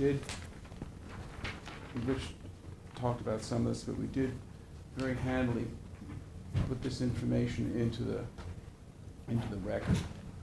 This is a gross area, 1,573 square feet is proposed, but when you take out the stairways and the mechanical space, it's a 1,398 square foot house. Your experts are simply wrong. 1,400 square feet is the minimum house size in the R60 zone. That's in the code. The code section is 330105. So where this chimera of less than 1,400 square feet is coming from, I don't know. I'll just refer your counsel to that for the code. But let's talk a little bit about what has been done in the past. The Burnett's I did a approval back in, we gave them approval back in August 15th, 2004, a 1,400 square foot house. That's on the lot that's just to the north of that, what I call the culvert, and from Channel Pond into the Bay. Then, very recently, and this is really has me scratching my head, the property to the east, much smaller. Yeah, there's a 6,000 square foot house. 600 John, would square you foot mind house there. talking There was a- closer to I'm the sorry, there was a microphone? Thank 600 you. square, thank you. There was a 600 square foot house there. You allowed them a 2,194 square foot house relatively recently. That's 1122 Flying Point Road.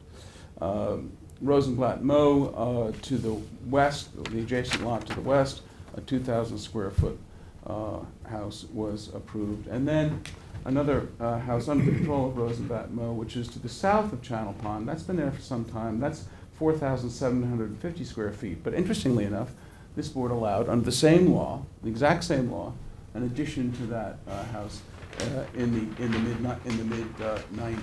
So to suggest, first of all, that that this is consistent with the prior applications that were approved by this board is just literally to try to ignore the law. And you have to look at those. Many years ago in East Hampton, I litigated successfully a case. It's called Bond versus Redless. Stanley Redless was the head of the Zoning Board of Appeals at the time, and as you know, these kinds of applications are brought in East Hampton as special natural resources, special permits in the town of East Hampton. And the board tried to ignore sites where larger houses had been permitted when they denied my client's application, and the court sent it back with very stern language saying that the board took a see no evil, hear no evil attitude towards the surrounding grants of applications that they had made. It was very critical of the board. So there's no disputing that 1,400 square feet is the smallest house possible. Number one, and we're actually, if you take up the staircase and the mechanicals underneath that. But there's something else very, very basic that's going on here, and it was something that was recently criticized by a decision of Judge Modilewski against the Supreme Court against the Zoning Board of Appeals of East Hampton in the Dante Britis versus ZBA case. And here's what the court said in being critical of the Zoning Board of Appeals in East Hampton on a natural resources special permit. Let me get it up because it's very apt for what's going on here. The board denied an application, a very, very minor application, and all the board talked about was how pristine the area was. And in sending the case, and in reversing the board in that case, and I'll have a copy of this for counsel, reveals a board devoted to chronicling the pristine nature of the surrounding land. This case is 2 weeks old. Reveals a board devoted to chronicling the pristine nature of the surrounding land and water, but utterly failing to particularize how and why this modest proposal would have any deleterious effect on the surrounding land and water. Stated another way, there is no articulation that the grant of the application sought here would allow petitioner to use his land in derogation of the rights of others or the town. So if someone wants to explain to me how a difference of approximately 250 square feet, there's some nexus between that and some deleterious effect on the area, please do that. Put that in the record, because I don't see how you can legally do it. We don't have any interest whatsoever in reducing this house. We think we've worked extremely hard to bring this. I'm really surprised the staff isn't more appreciative of what we've done here. We're trying to make an extremely small footprint on this. We have absolutely no interest whatsoever in reducing the size of this house, but below what is the legal minimum. I think Rich we were talking about there must be some sort of mistake on staff on this 1,400 square foot number. I think they're grasping at straws. Rich and I looked at it. I want Rich to explain it to you. So when you read section 330-105, which I have on my phone here, and it's minimum maximum floor areas. In the R60 zoning district, one-story building or first floor is 1,000 square feet, or 1.5 or 2-story building, combined two-floor total is 1,400 square feet. Adjacent area to the coastal zone, 400 square feet first floor, 600 square feet total.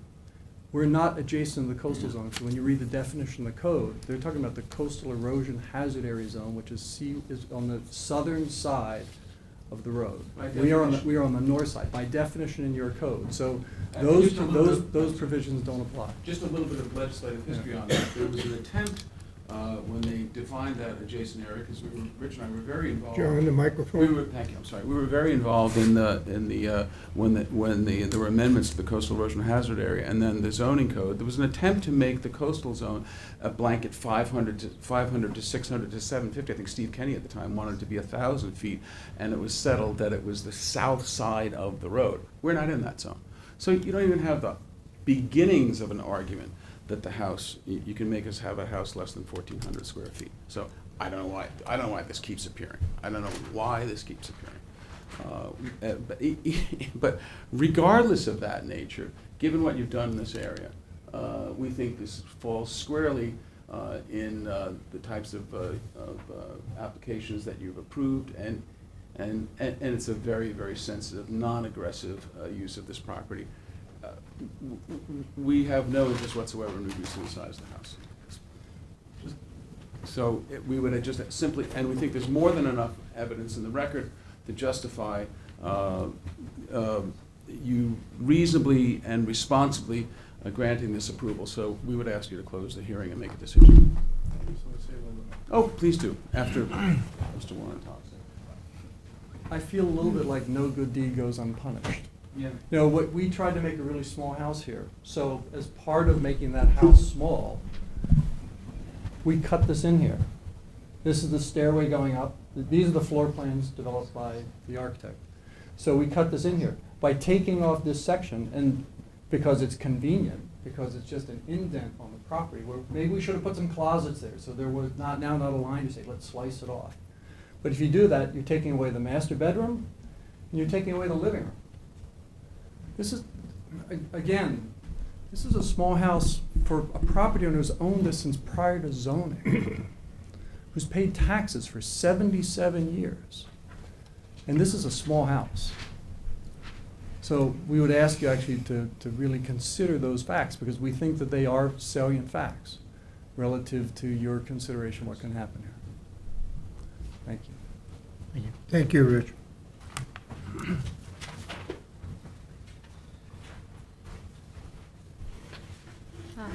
Teresa Mason again from the Environment Division. Just a couple of points. Mr. Bennett pointed out that several other properties in the area had been approved in recent history, and yes, that is the case, but according to the January 6th submission by InterScience, if you look at that chart here, most of these dwellings that were constructed, with the exception of the lot that was to the east, where they had a pre-existing house 5 feet from the wetlands and went to 12.5 feet from the wetlands, most of them have a setback significantly greater than what is currently proposed. The most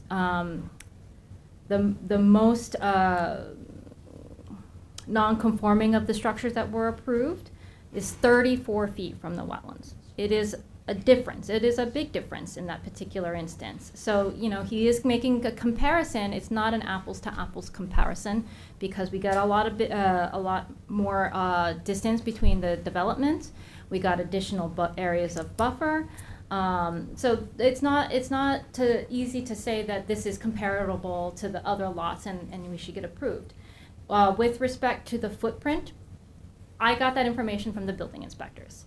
If that is incorrect, was given to me incorrectly from the building inspectors. I confirmed that with them earlier this week.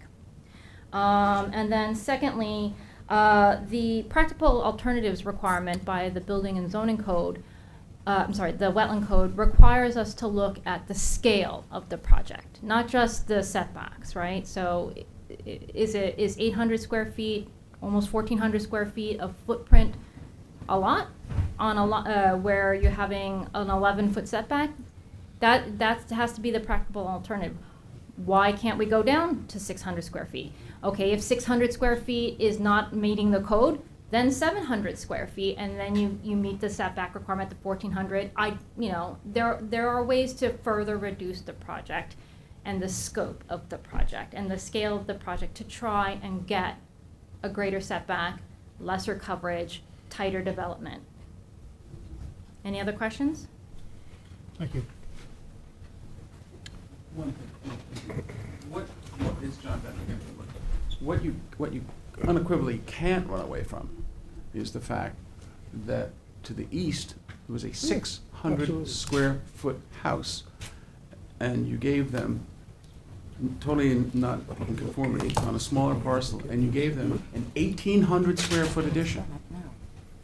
So even if there weren't any of the other, like what the town says is, staff says apples and oranges, I think they're extremely on point. No. But even if there weren't any other of those approvals, you gave a guy with a 600 square foot house an 1,800 square foot addition to the east. But I think the horse has been beaten by both sides now. We would simply ask you to close the matter. We have nothing else to add.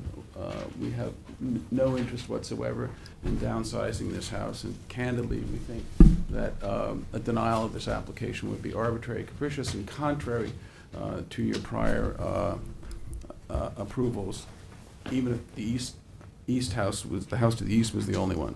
But we thank you for listening. Thank you. Is there anyone in the public who'd like to speak on this application?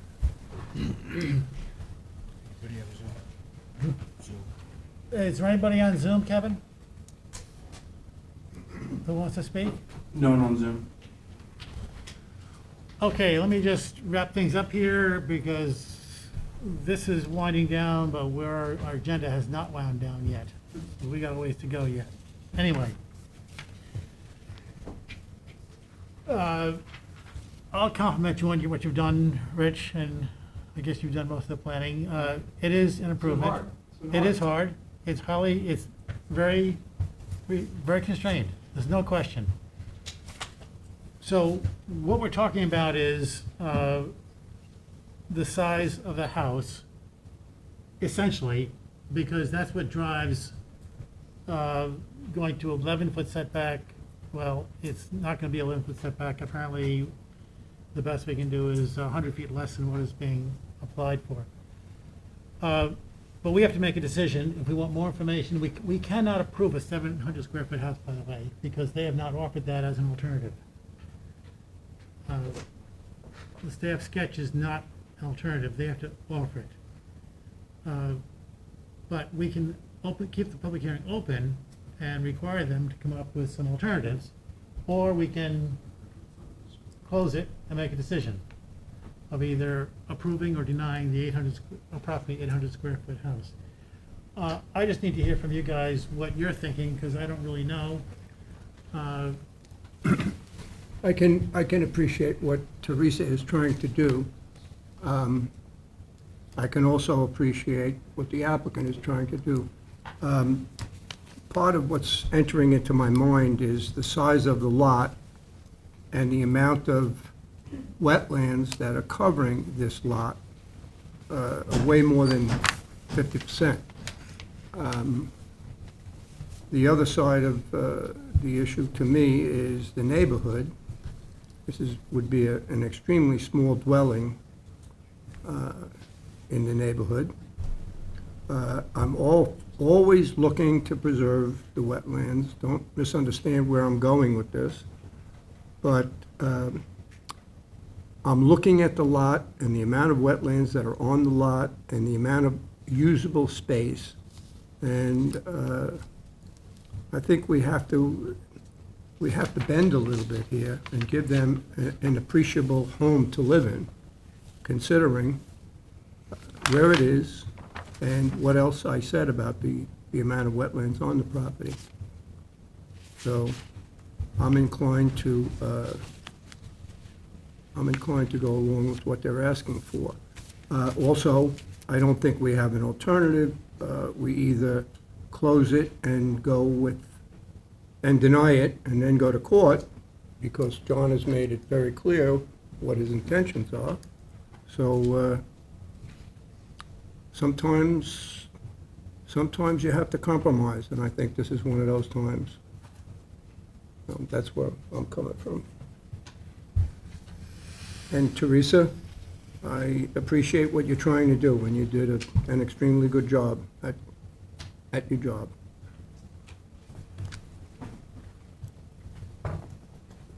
Anyone else want to speak? I'm ready to close. I'm ready to close. Well, I have mixed feelings, I guess like George does. You know, that I would have liked the applicant maybe to consider not going down to Teresa's recommendation, but maybe decreasing the size of the house. I don't like making decisions that somebody's threatening to sue. You know, and you make a decision based on that. That's bullying as far as I'm concerned. But it is, in this day and age, and especially in that area, a moderately sized house. So I would go to close it. It's not something that I'm comfortable with at all, but I would agree to close the hearing. Is there a motion to close the hearing? So moved. Second? All in favor? Aye. Opposed? Thank you very much.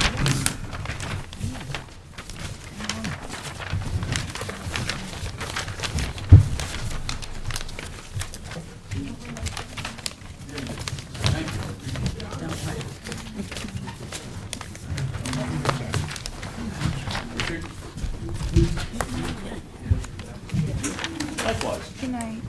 Good night, Teresa. Good night, Teresa.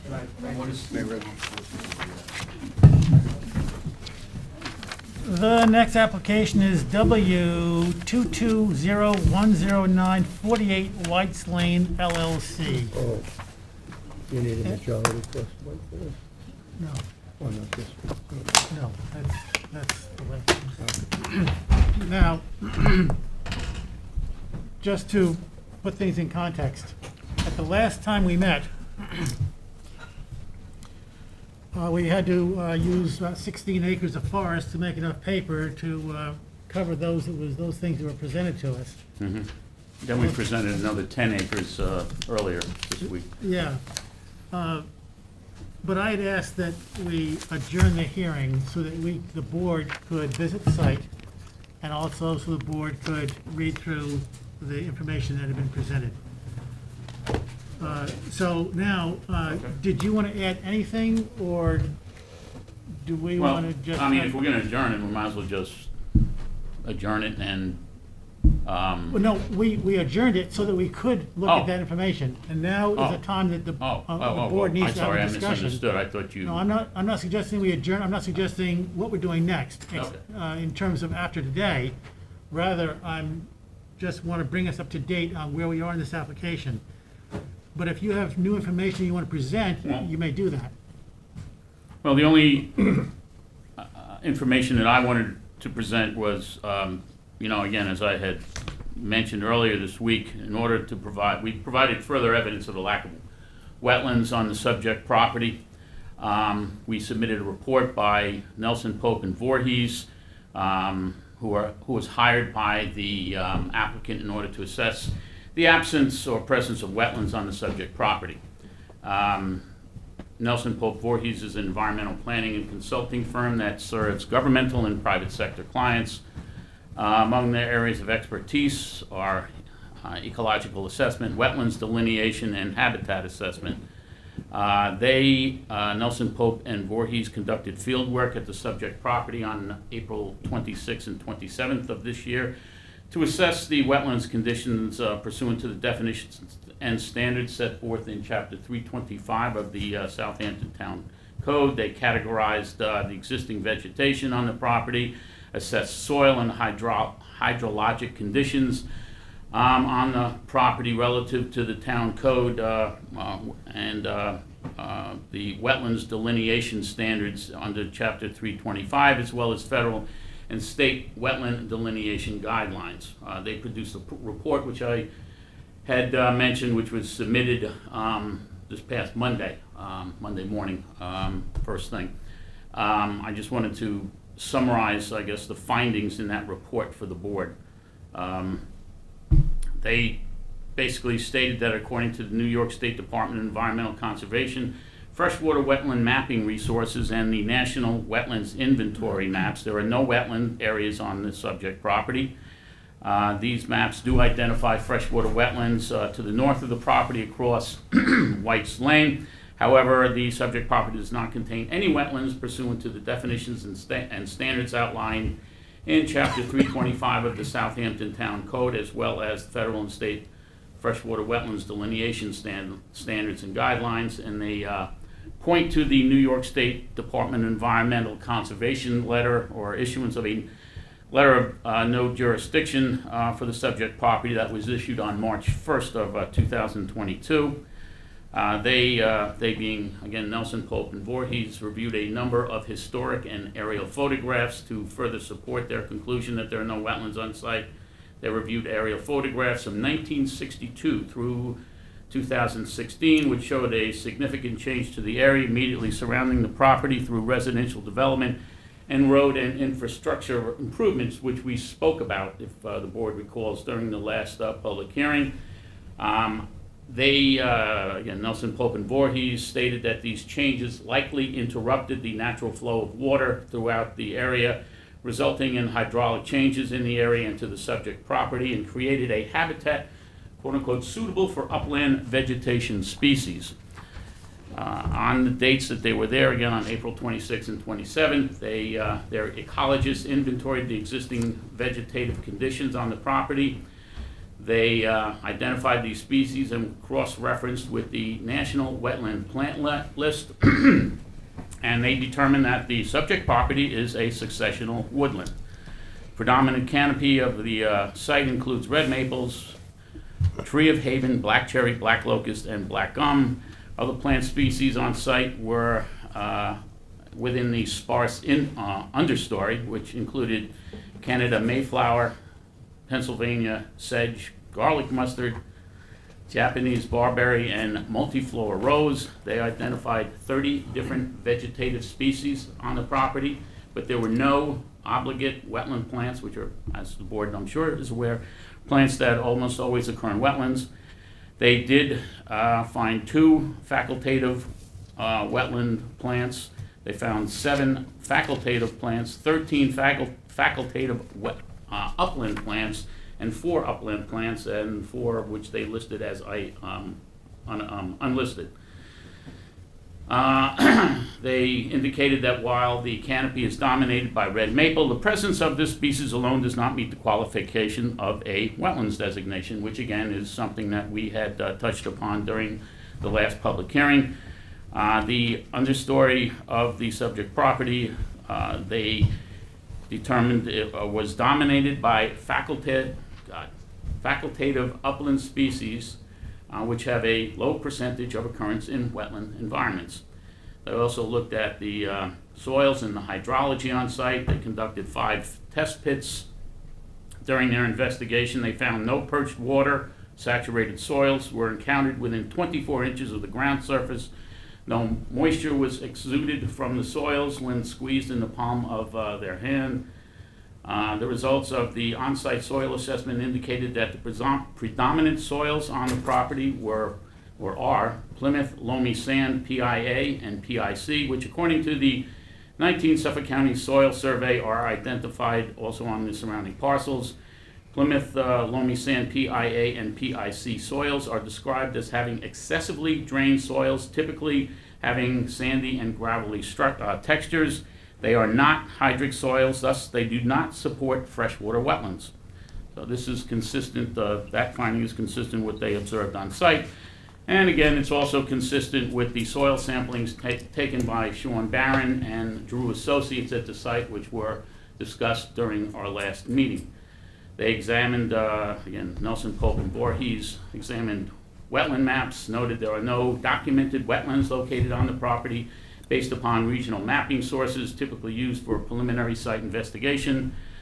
A review of prior field studies and recent aerial photography indicated that the subject property does not exhibit freshwater wetlands supporting hydraulic features. They noted there are no signs of standing or running water on the subject property during Nelson, Pope, and Voorhees inspections, and that the subject property is not in a flood zone. There are no signs of saturated soils within 24 inches of existing grade, water-stained tree trunks or leaf litter, deposits of waterborne debris, or any other indicating factors of wetlands. They also reviewed other agencies' regulatory standards, and Nelson, Pope, and Voorhees stated in the report that the subject property does not possess characteristics of wetlands based upon delineation guidelines of either the New York State Department of Environmental Conservation nor the Army Corps of Engineers. Finally, the Nelson, Pope, and Voorhees report states that under the Southampton Town Code, wetlands are primarily determined based upon vegetation. However, the town wetlands delineation standards also recognize soil identification and saturation, as well as watermarks, drift lines, and staining. Excuse me. Though some town wetlands indicated vegetative species are present in the form of red maples and trace amounts of swamp dewberry, the site is more dominantly characterized as an upland habitat with facultative upland vegetation, well-drained soils, and an absence of hydrologic conditions, within the upper 24 inches of soil strata.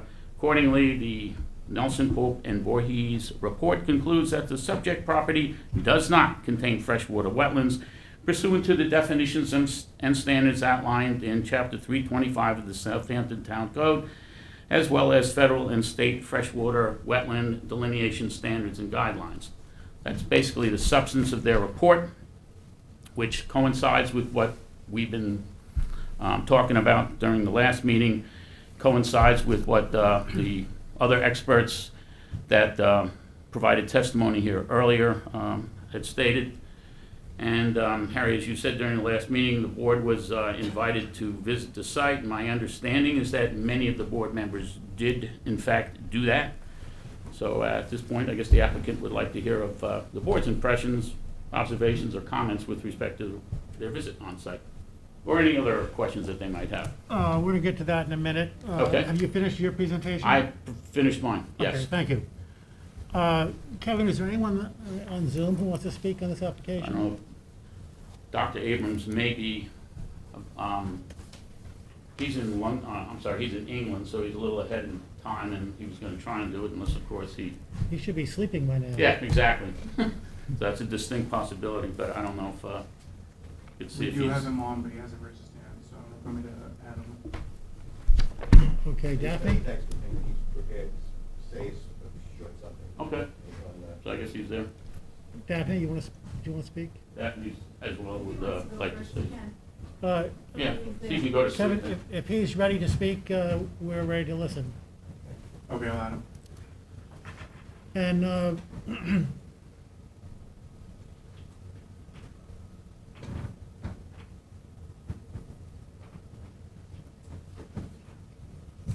let me know when he's on.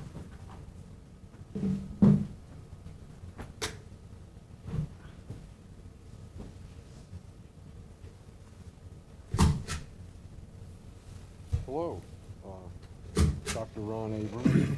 I believe you can hear me. We can hear you. And just as a preview, we are continuing the hearing on 48 White's Lane, as you know. And what's important for us tonight is to hear new information. If you have something new that would help us, we'd like to hear that. If it's repeating things you said before, it does us no good. I have submitted a statement in response to the last hearing, and I have a short statement I'd like to make now, if you're willing to hear it. Not entirely new, but I think it may clarify some points that I think are important, if you're willing to hear that. All right, go ahead. My comments are that I want to reinforce the fact that wetland habitats are comprised of plants that exhibit a competitive advantage because they thrive in anaerobic conditions. Such conditions are created by saturated soils where normal oxygen required for life of ordinary plants is not available. Wetland plants live where the moisture in the soil resides for at least 3 or more weeks within the top 18 inches. This condition does not exist at 48 White's Lane because the water table is more than 9 feet below the surface. The soils are sandy, so rain and snow melt drain away. So there is no anaerobic habitat within the topsoil layers. Mr. Shea, in prior hearing, attempted to create the impression that such conditions could exist at the site in either geological history or perhaps in the future. Such conditions will not happen at this site in our lifetimes or even by the next century, because a change in the water table of an elevation of 7 to 9 feet would require sea level rise of far more than is predicted. And if such flooding ever occurs, a lot of Southampton will be underwater. Please think about this.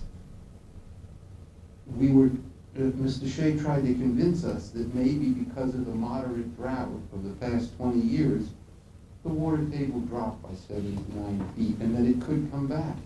If this happened, so much of the town would be, well, if it dropped by 7 to 9 feet, so much of the town would be dried out and your coastline would have receded and your potable water supply would have been devastated. None of this happened, and it won't happen.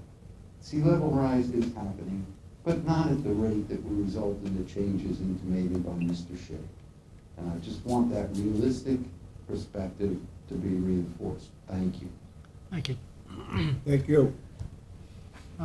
Daphne?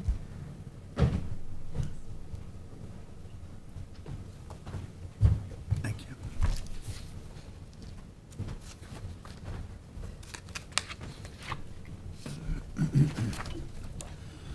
Thank you.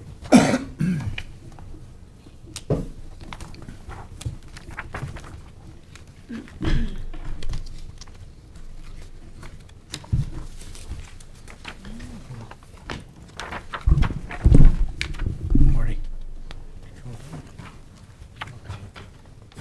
Daphne Vaughn, Surfside Environmental Planning. So, since the last meeting on March 8th, I've been back out to the site 3 more times, the last time being last Friday, May 5th. And I continue to note the presence of multiple fallen or dead red maples at the site and the emergence of additional American holly and the perennial Canada Mayflower, both listed as facultative upland species, and both previously noted in my November 9th report and a multitude of photographs that I previously submitted throughout the seasons. So in my many visits to the site, I continued to note lots of lumps and bumps on a lot of the red maples, and I wanted to understand why that was occurring. So I decided to do a little bit of research into that.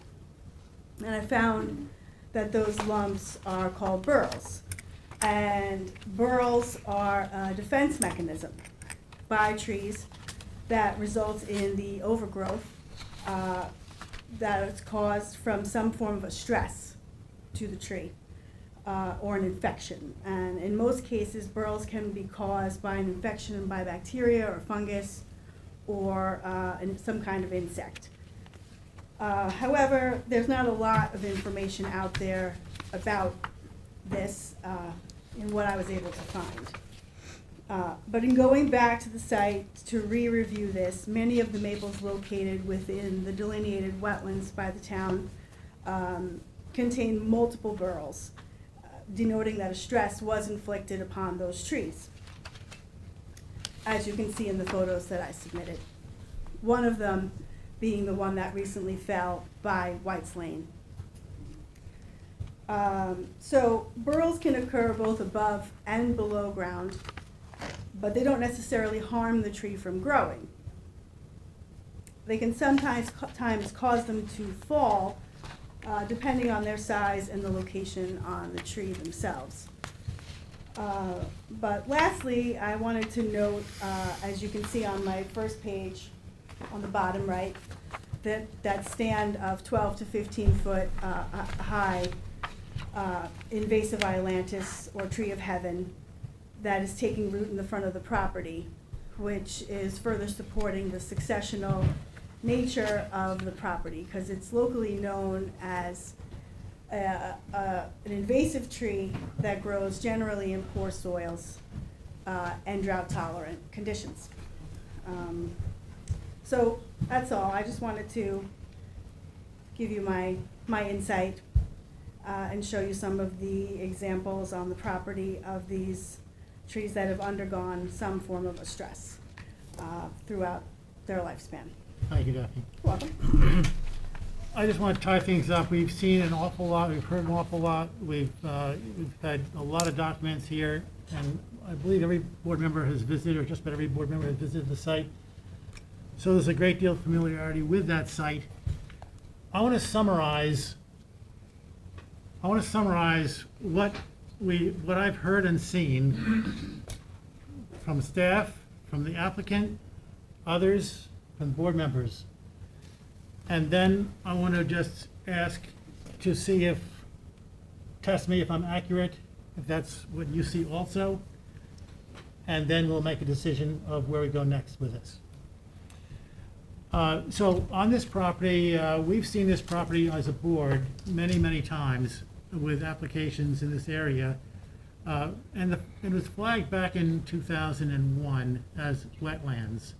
The more recent flagging is diminished, but it was still flagged as wetlands. So there's a long history of wetlands on this property. So what we've heard, though, is that the applicant has given us some information about why there's no longer wetlands. So when I visited the site, I also noticed a lot of what I characterize as unhealthy red maples, although there are still a bunch of red maples there, and a lot of other species.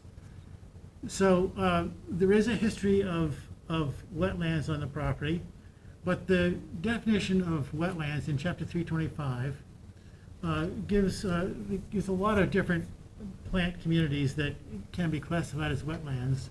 And what's characteristic of all of them is that they're there because of wet conditions at some point. So it's likely that on this property, at some point in the history, there were wet conditions. And probably in 2001 when they were flagged, and likely more recently.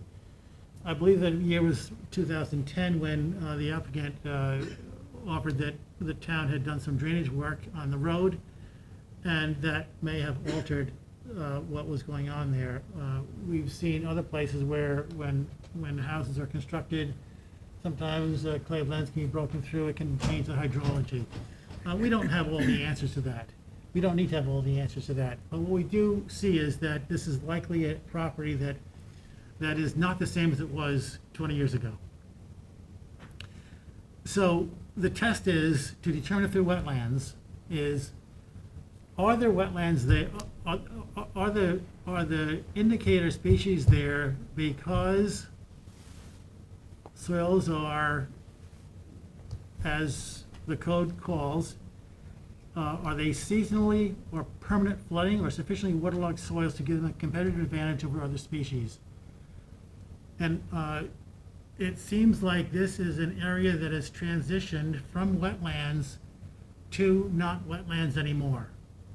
So it no longer supports, as a competitive advantage, wetland indicative species. There are other species growing there now. They're likely to continue. And that ratio is likely to change towards upland species as we go forward. If we look across the street on the town preserved land, it looks very different, a very dense understory. The skunk cabbage, is standing water. There's still red maples. They're there for a different reason. They're there because there are flooded soils. There are waterlogged soils. We don't see that in this property. So I believe the conclusion that we would reach as this board is that we would agree with the applicant that there are not wetlands on this property. So now I invite you to confirm or add or subtract what I've said to add more to the discussion? I confirm what you say. You know, I've been there. I noticed the same thing about the plants and the growth. I also saw standing water on the town-owned property, you know, across the road. Nothing on the property that's in question. I think that there probably were wetlands there, and whether it was the construction of the road or the building that changed the hydrology of the land, as you said, it doesn't really matter, but somewhere along the line it happened, and I don't think we can make a decision on what maybe 20 or 30 years ago, if, you know, we have to look at it now. And I don't think that there's wetlands there.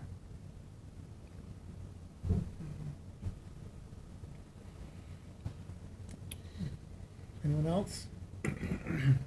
Nothing to add, I agree. Yeah, agreed. I didn't have the opportunity to go over there too, so. Yeah, we went together, Yeah. Mhm. Sunshine and I. Would someone like to make a motion to close the hearing? Mo- Motion to close the public hearing? Second. All in favor? Aye. Opposed? Thank you. Thank you. Have a good night. Good night. You're welcome.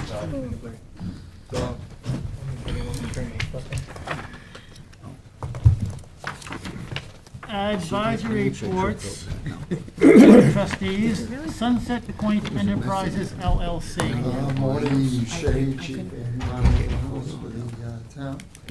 This, as indicated, is a referral from the Board of Trustees for residentially developed property at 130 Point Nickox Lane in the hamlet of Bridgehampton. I did have an opportunity to inspect the property, and these are my recommended advisory comments. May 2nd, 2023 Environment Division field inspection of the proposed catwalk/dock location has revealed that both the state and town regulated wetlands and adjacent Swan Creek shorelands have been cleared and modified by soil and loam deposition for the purposes of establishing lawn. The affected areas are encumbered by a covenanted naturally vegetated wetland non-disturbance, non-fertilization buffer, the entirety of which has been largely destroyed. Accordingly, the plans that were submitted by First Coastal Corporation are not reflective of current site conditions. Second, this provides some history. Administrative wetland permit application number WAA 23025 had separately been filed with the town on March 17, 2023 in order to seek approval to manage existing phragmites. However, permitting of such activities is not being entertained, as the application and plans needs to be modified to call for a full reclamation of the pre-existing natural terrain and vegetative cover. Thirdly, in light of the above, any permitting of the planned catwalk and dock should be held in abeyance until the affected shorelands have been fully restored. And I will note that the aerial photograph that you're looking at was taken prior to the unauthorized clearing. That natural vegetation that you see on the lower terrain between the residence pool and the creek, the majority of that has been cleared. Motion to send these comments to the trustees. Second? And Karina, I just wanted to mention there's a typo on comment 1. Soil and loam. Yeah, I see that. Right. You got it, Marty? It's been moved to send these comments to the trustees. Is there a second? Second. All in favor? Aye. Opposed? The administrative wetland permits are in your packets. Resolution of conditional approval, A021094, 51 NPL LLC. Any discussion? Move to issue. Second. Resolved that a conditional wetland permit approval be granted to 51 MPL LLC for the proposed project above the terms and conditions set forth therein. All in favor? Aye. Opposed?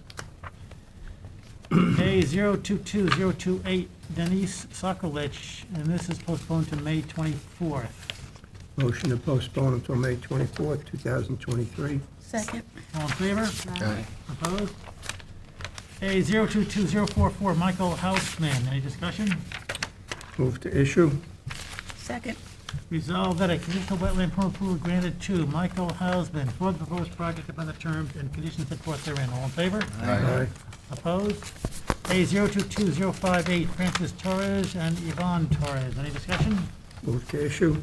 Second. Resolved that a conditional wetland permit approval be granted to Francisco Torres and Yvonne Torres for the proposed project upon the terms and conditions set forth therein. All in favor? Aye. Opposed?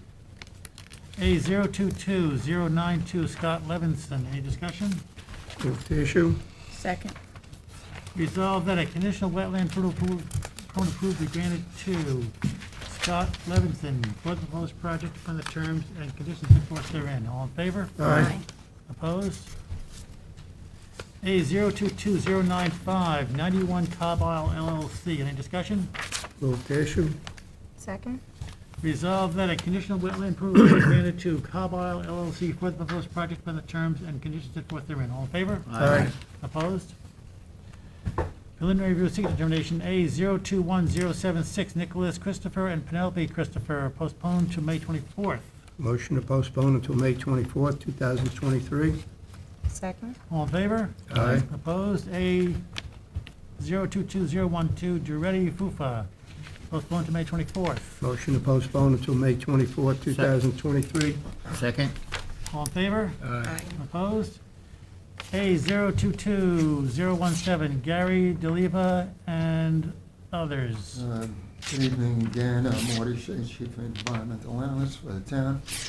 This application relates to an existing residentially developed property at Pine Court in the Hamlet of Northampton. There is a preliminary advisory report on file dated May 3rd, 2023.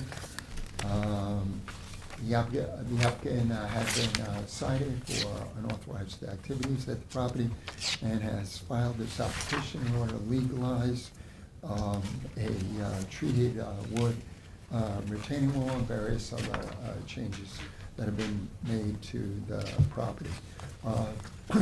This is an application for which significant additional information is needed in order to make a determination. As such, recommending that a public hearing be held. Motion to schedule a public hearing for June 28th, 2023. Second. Resolved that the Town Conservation Board hereby schedules a public hearing for June 28th, 2023, and that a notice of public hearing be published in the town designated newspaper pursuant to Chapter 325, Section 325-8C of the Town Code. All in favor? Aye. Opposed? A 022045 Edward McCormick and Margaret McCormick. This application relates to an existing residentially developed property in West Hampton. The application has been made in order to gain this board's approval. We go forward with various accessory and hardscape improvements that include a number of patios, walks, a small hot tub, some deck replacement, some site restoration is also being planned. The preliminary advisory report on file dated May 2nd, 2023 is supportive of the application, but recommends that the existing covenanted buffer be expanded and offers that the applicant needs to come forward with a native revegetation plan. The applicant is amenable to those suggested mitigated measures. So we do have sufficient information to make a determination. Consequently, the public hearing requirement can be waived. Motion to waive the public hearing. Second. Resolved that the Town Conservation Board hereby waives the public hearing requirement pursuant to Chapter 325, Section 325-8E of the Town Code. All in favor? Aye. Opposed? A022055, Stephen Birkenfield and is that the right name? Nicey Birkenfeld, sorry. Stephen Birkenfeld and Nicey Birkenfeld. This application relates to existing residentially developed property in Remsenburg that has very extensive uplands. There is a preliminary advisory report on file dated May 9, 2023. The applicant is seeking to build a minor living area and garage addition to the house by squaring off the existing residence. The applicant has agreed to various suggested wetland impact mitigative measures, inclusive of conversion of the existing ornamental landscape areas to native vegetation. They're also eliminating existing lawn where pesticides were recently applied, as they pose a risk to the proximate wetlands.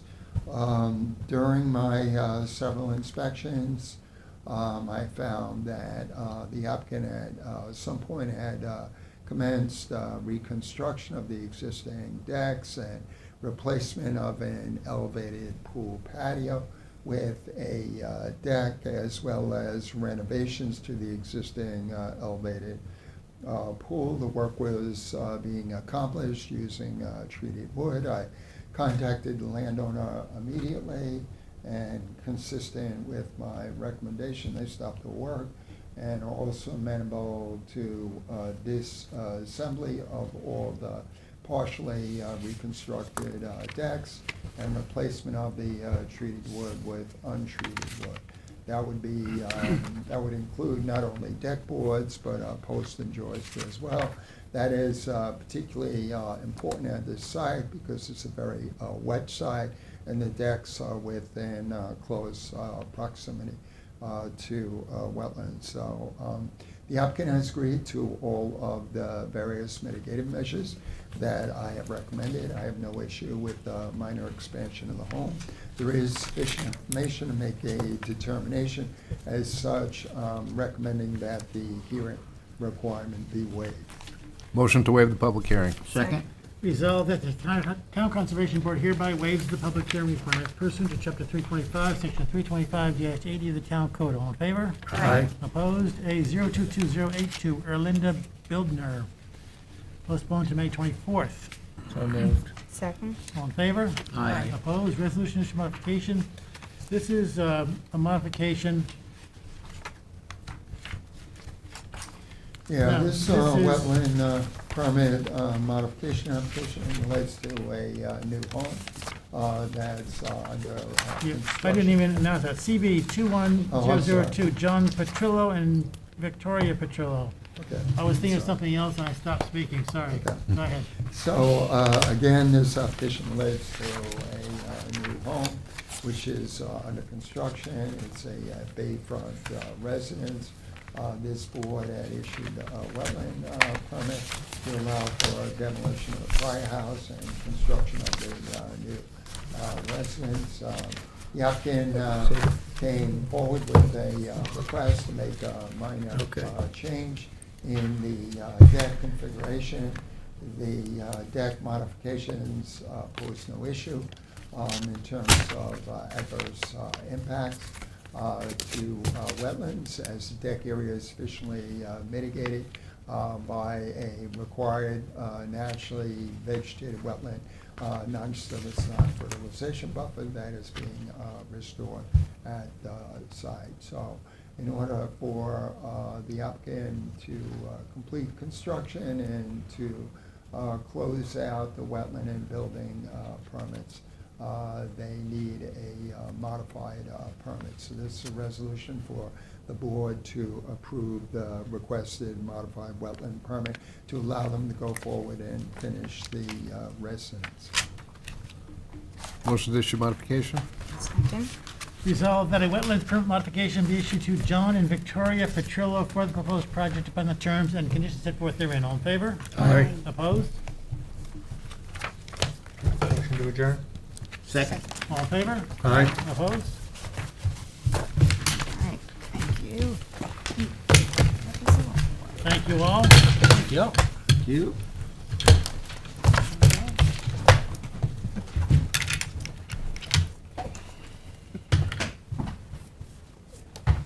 Everyone, have a good night. You too. Good week. Good night, all.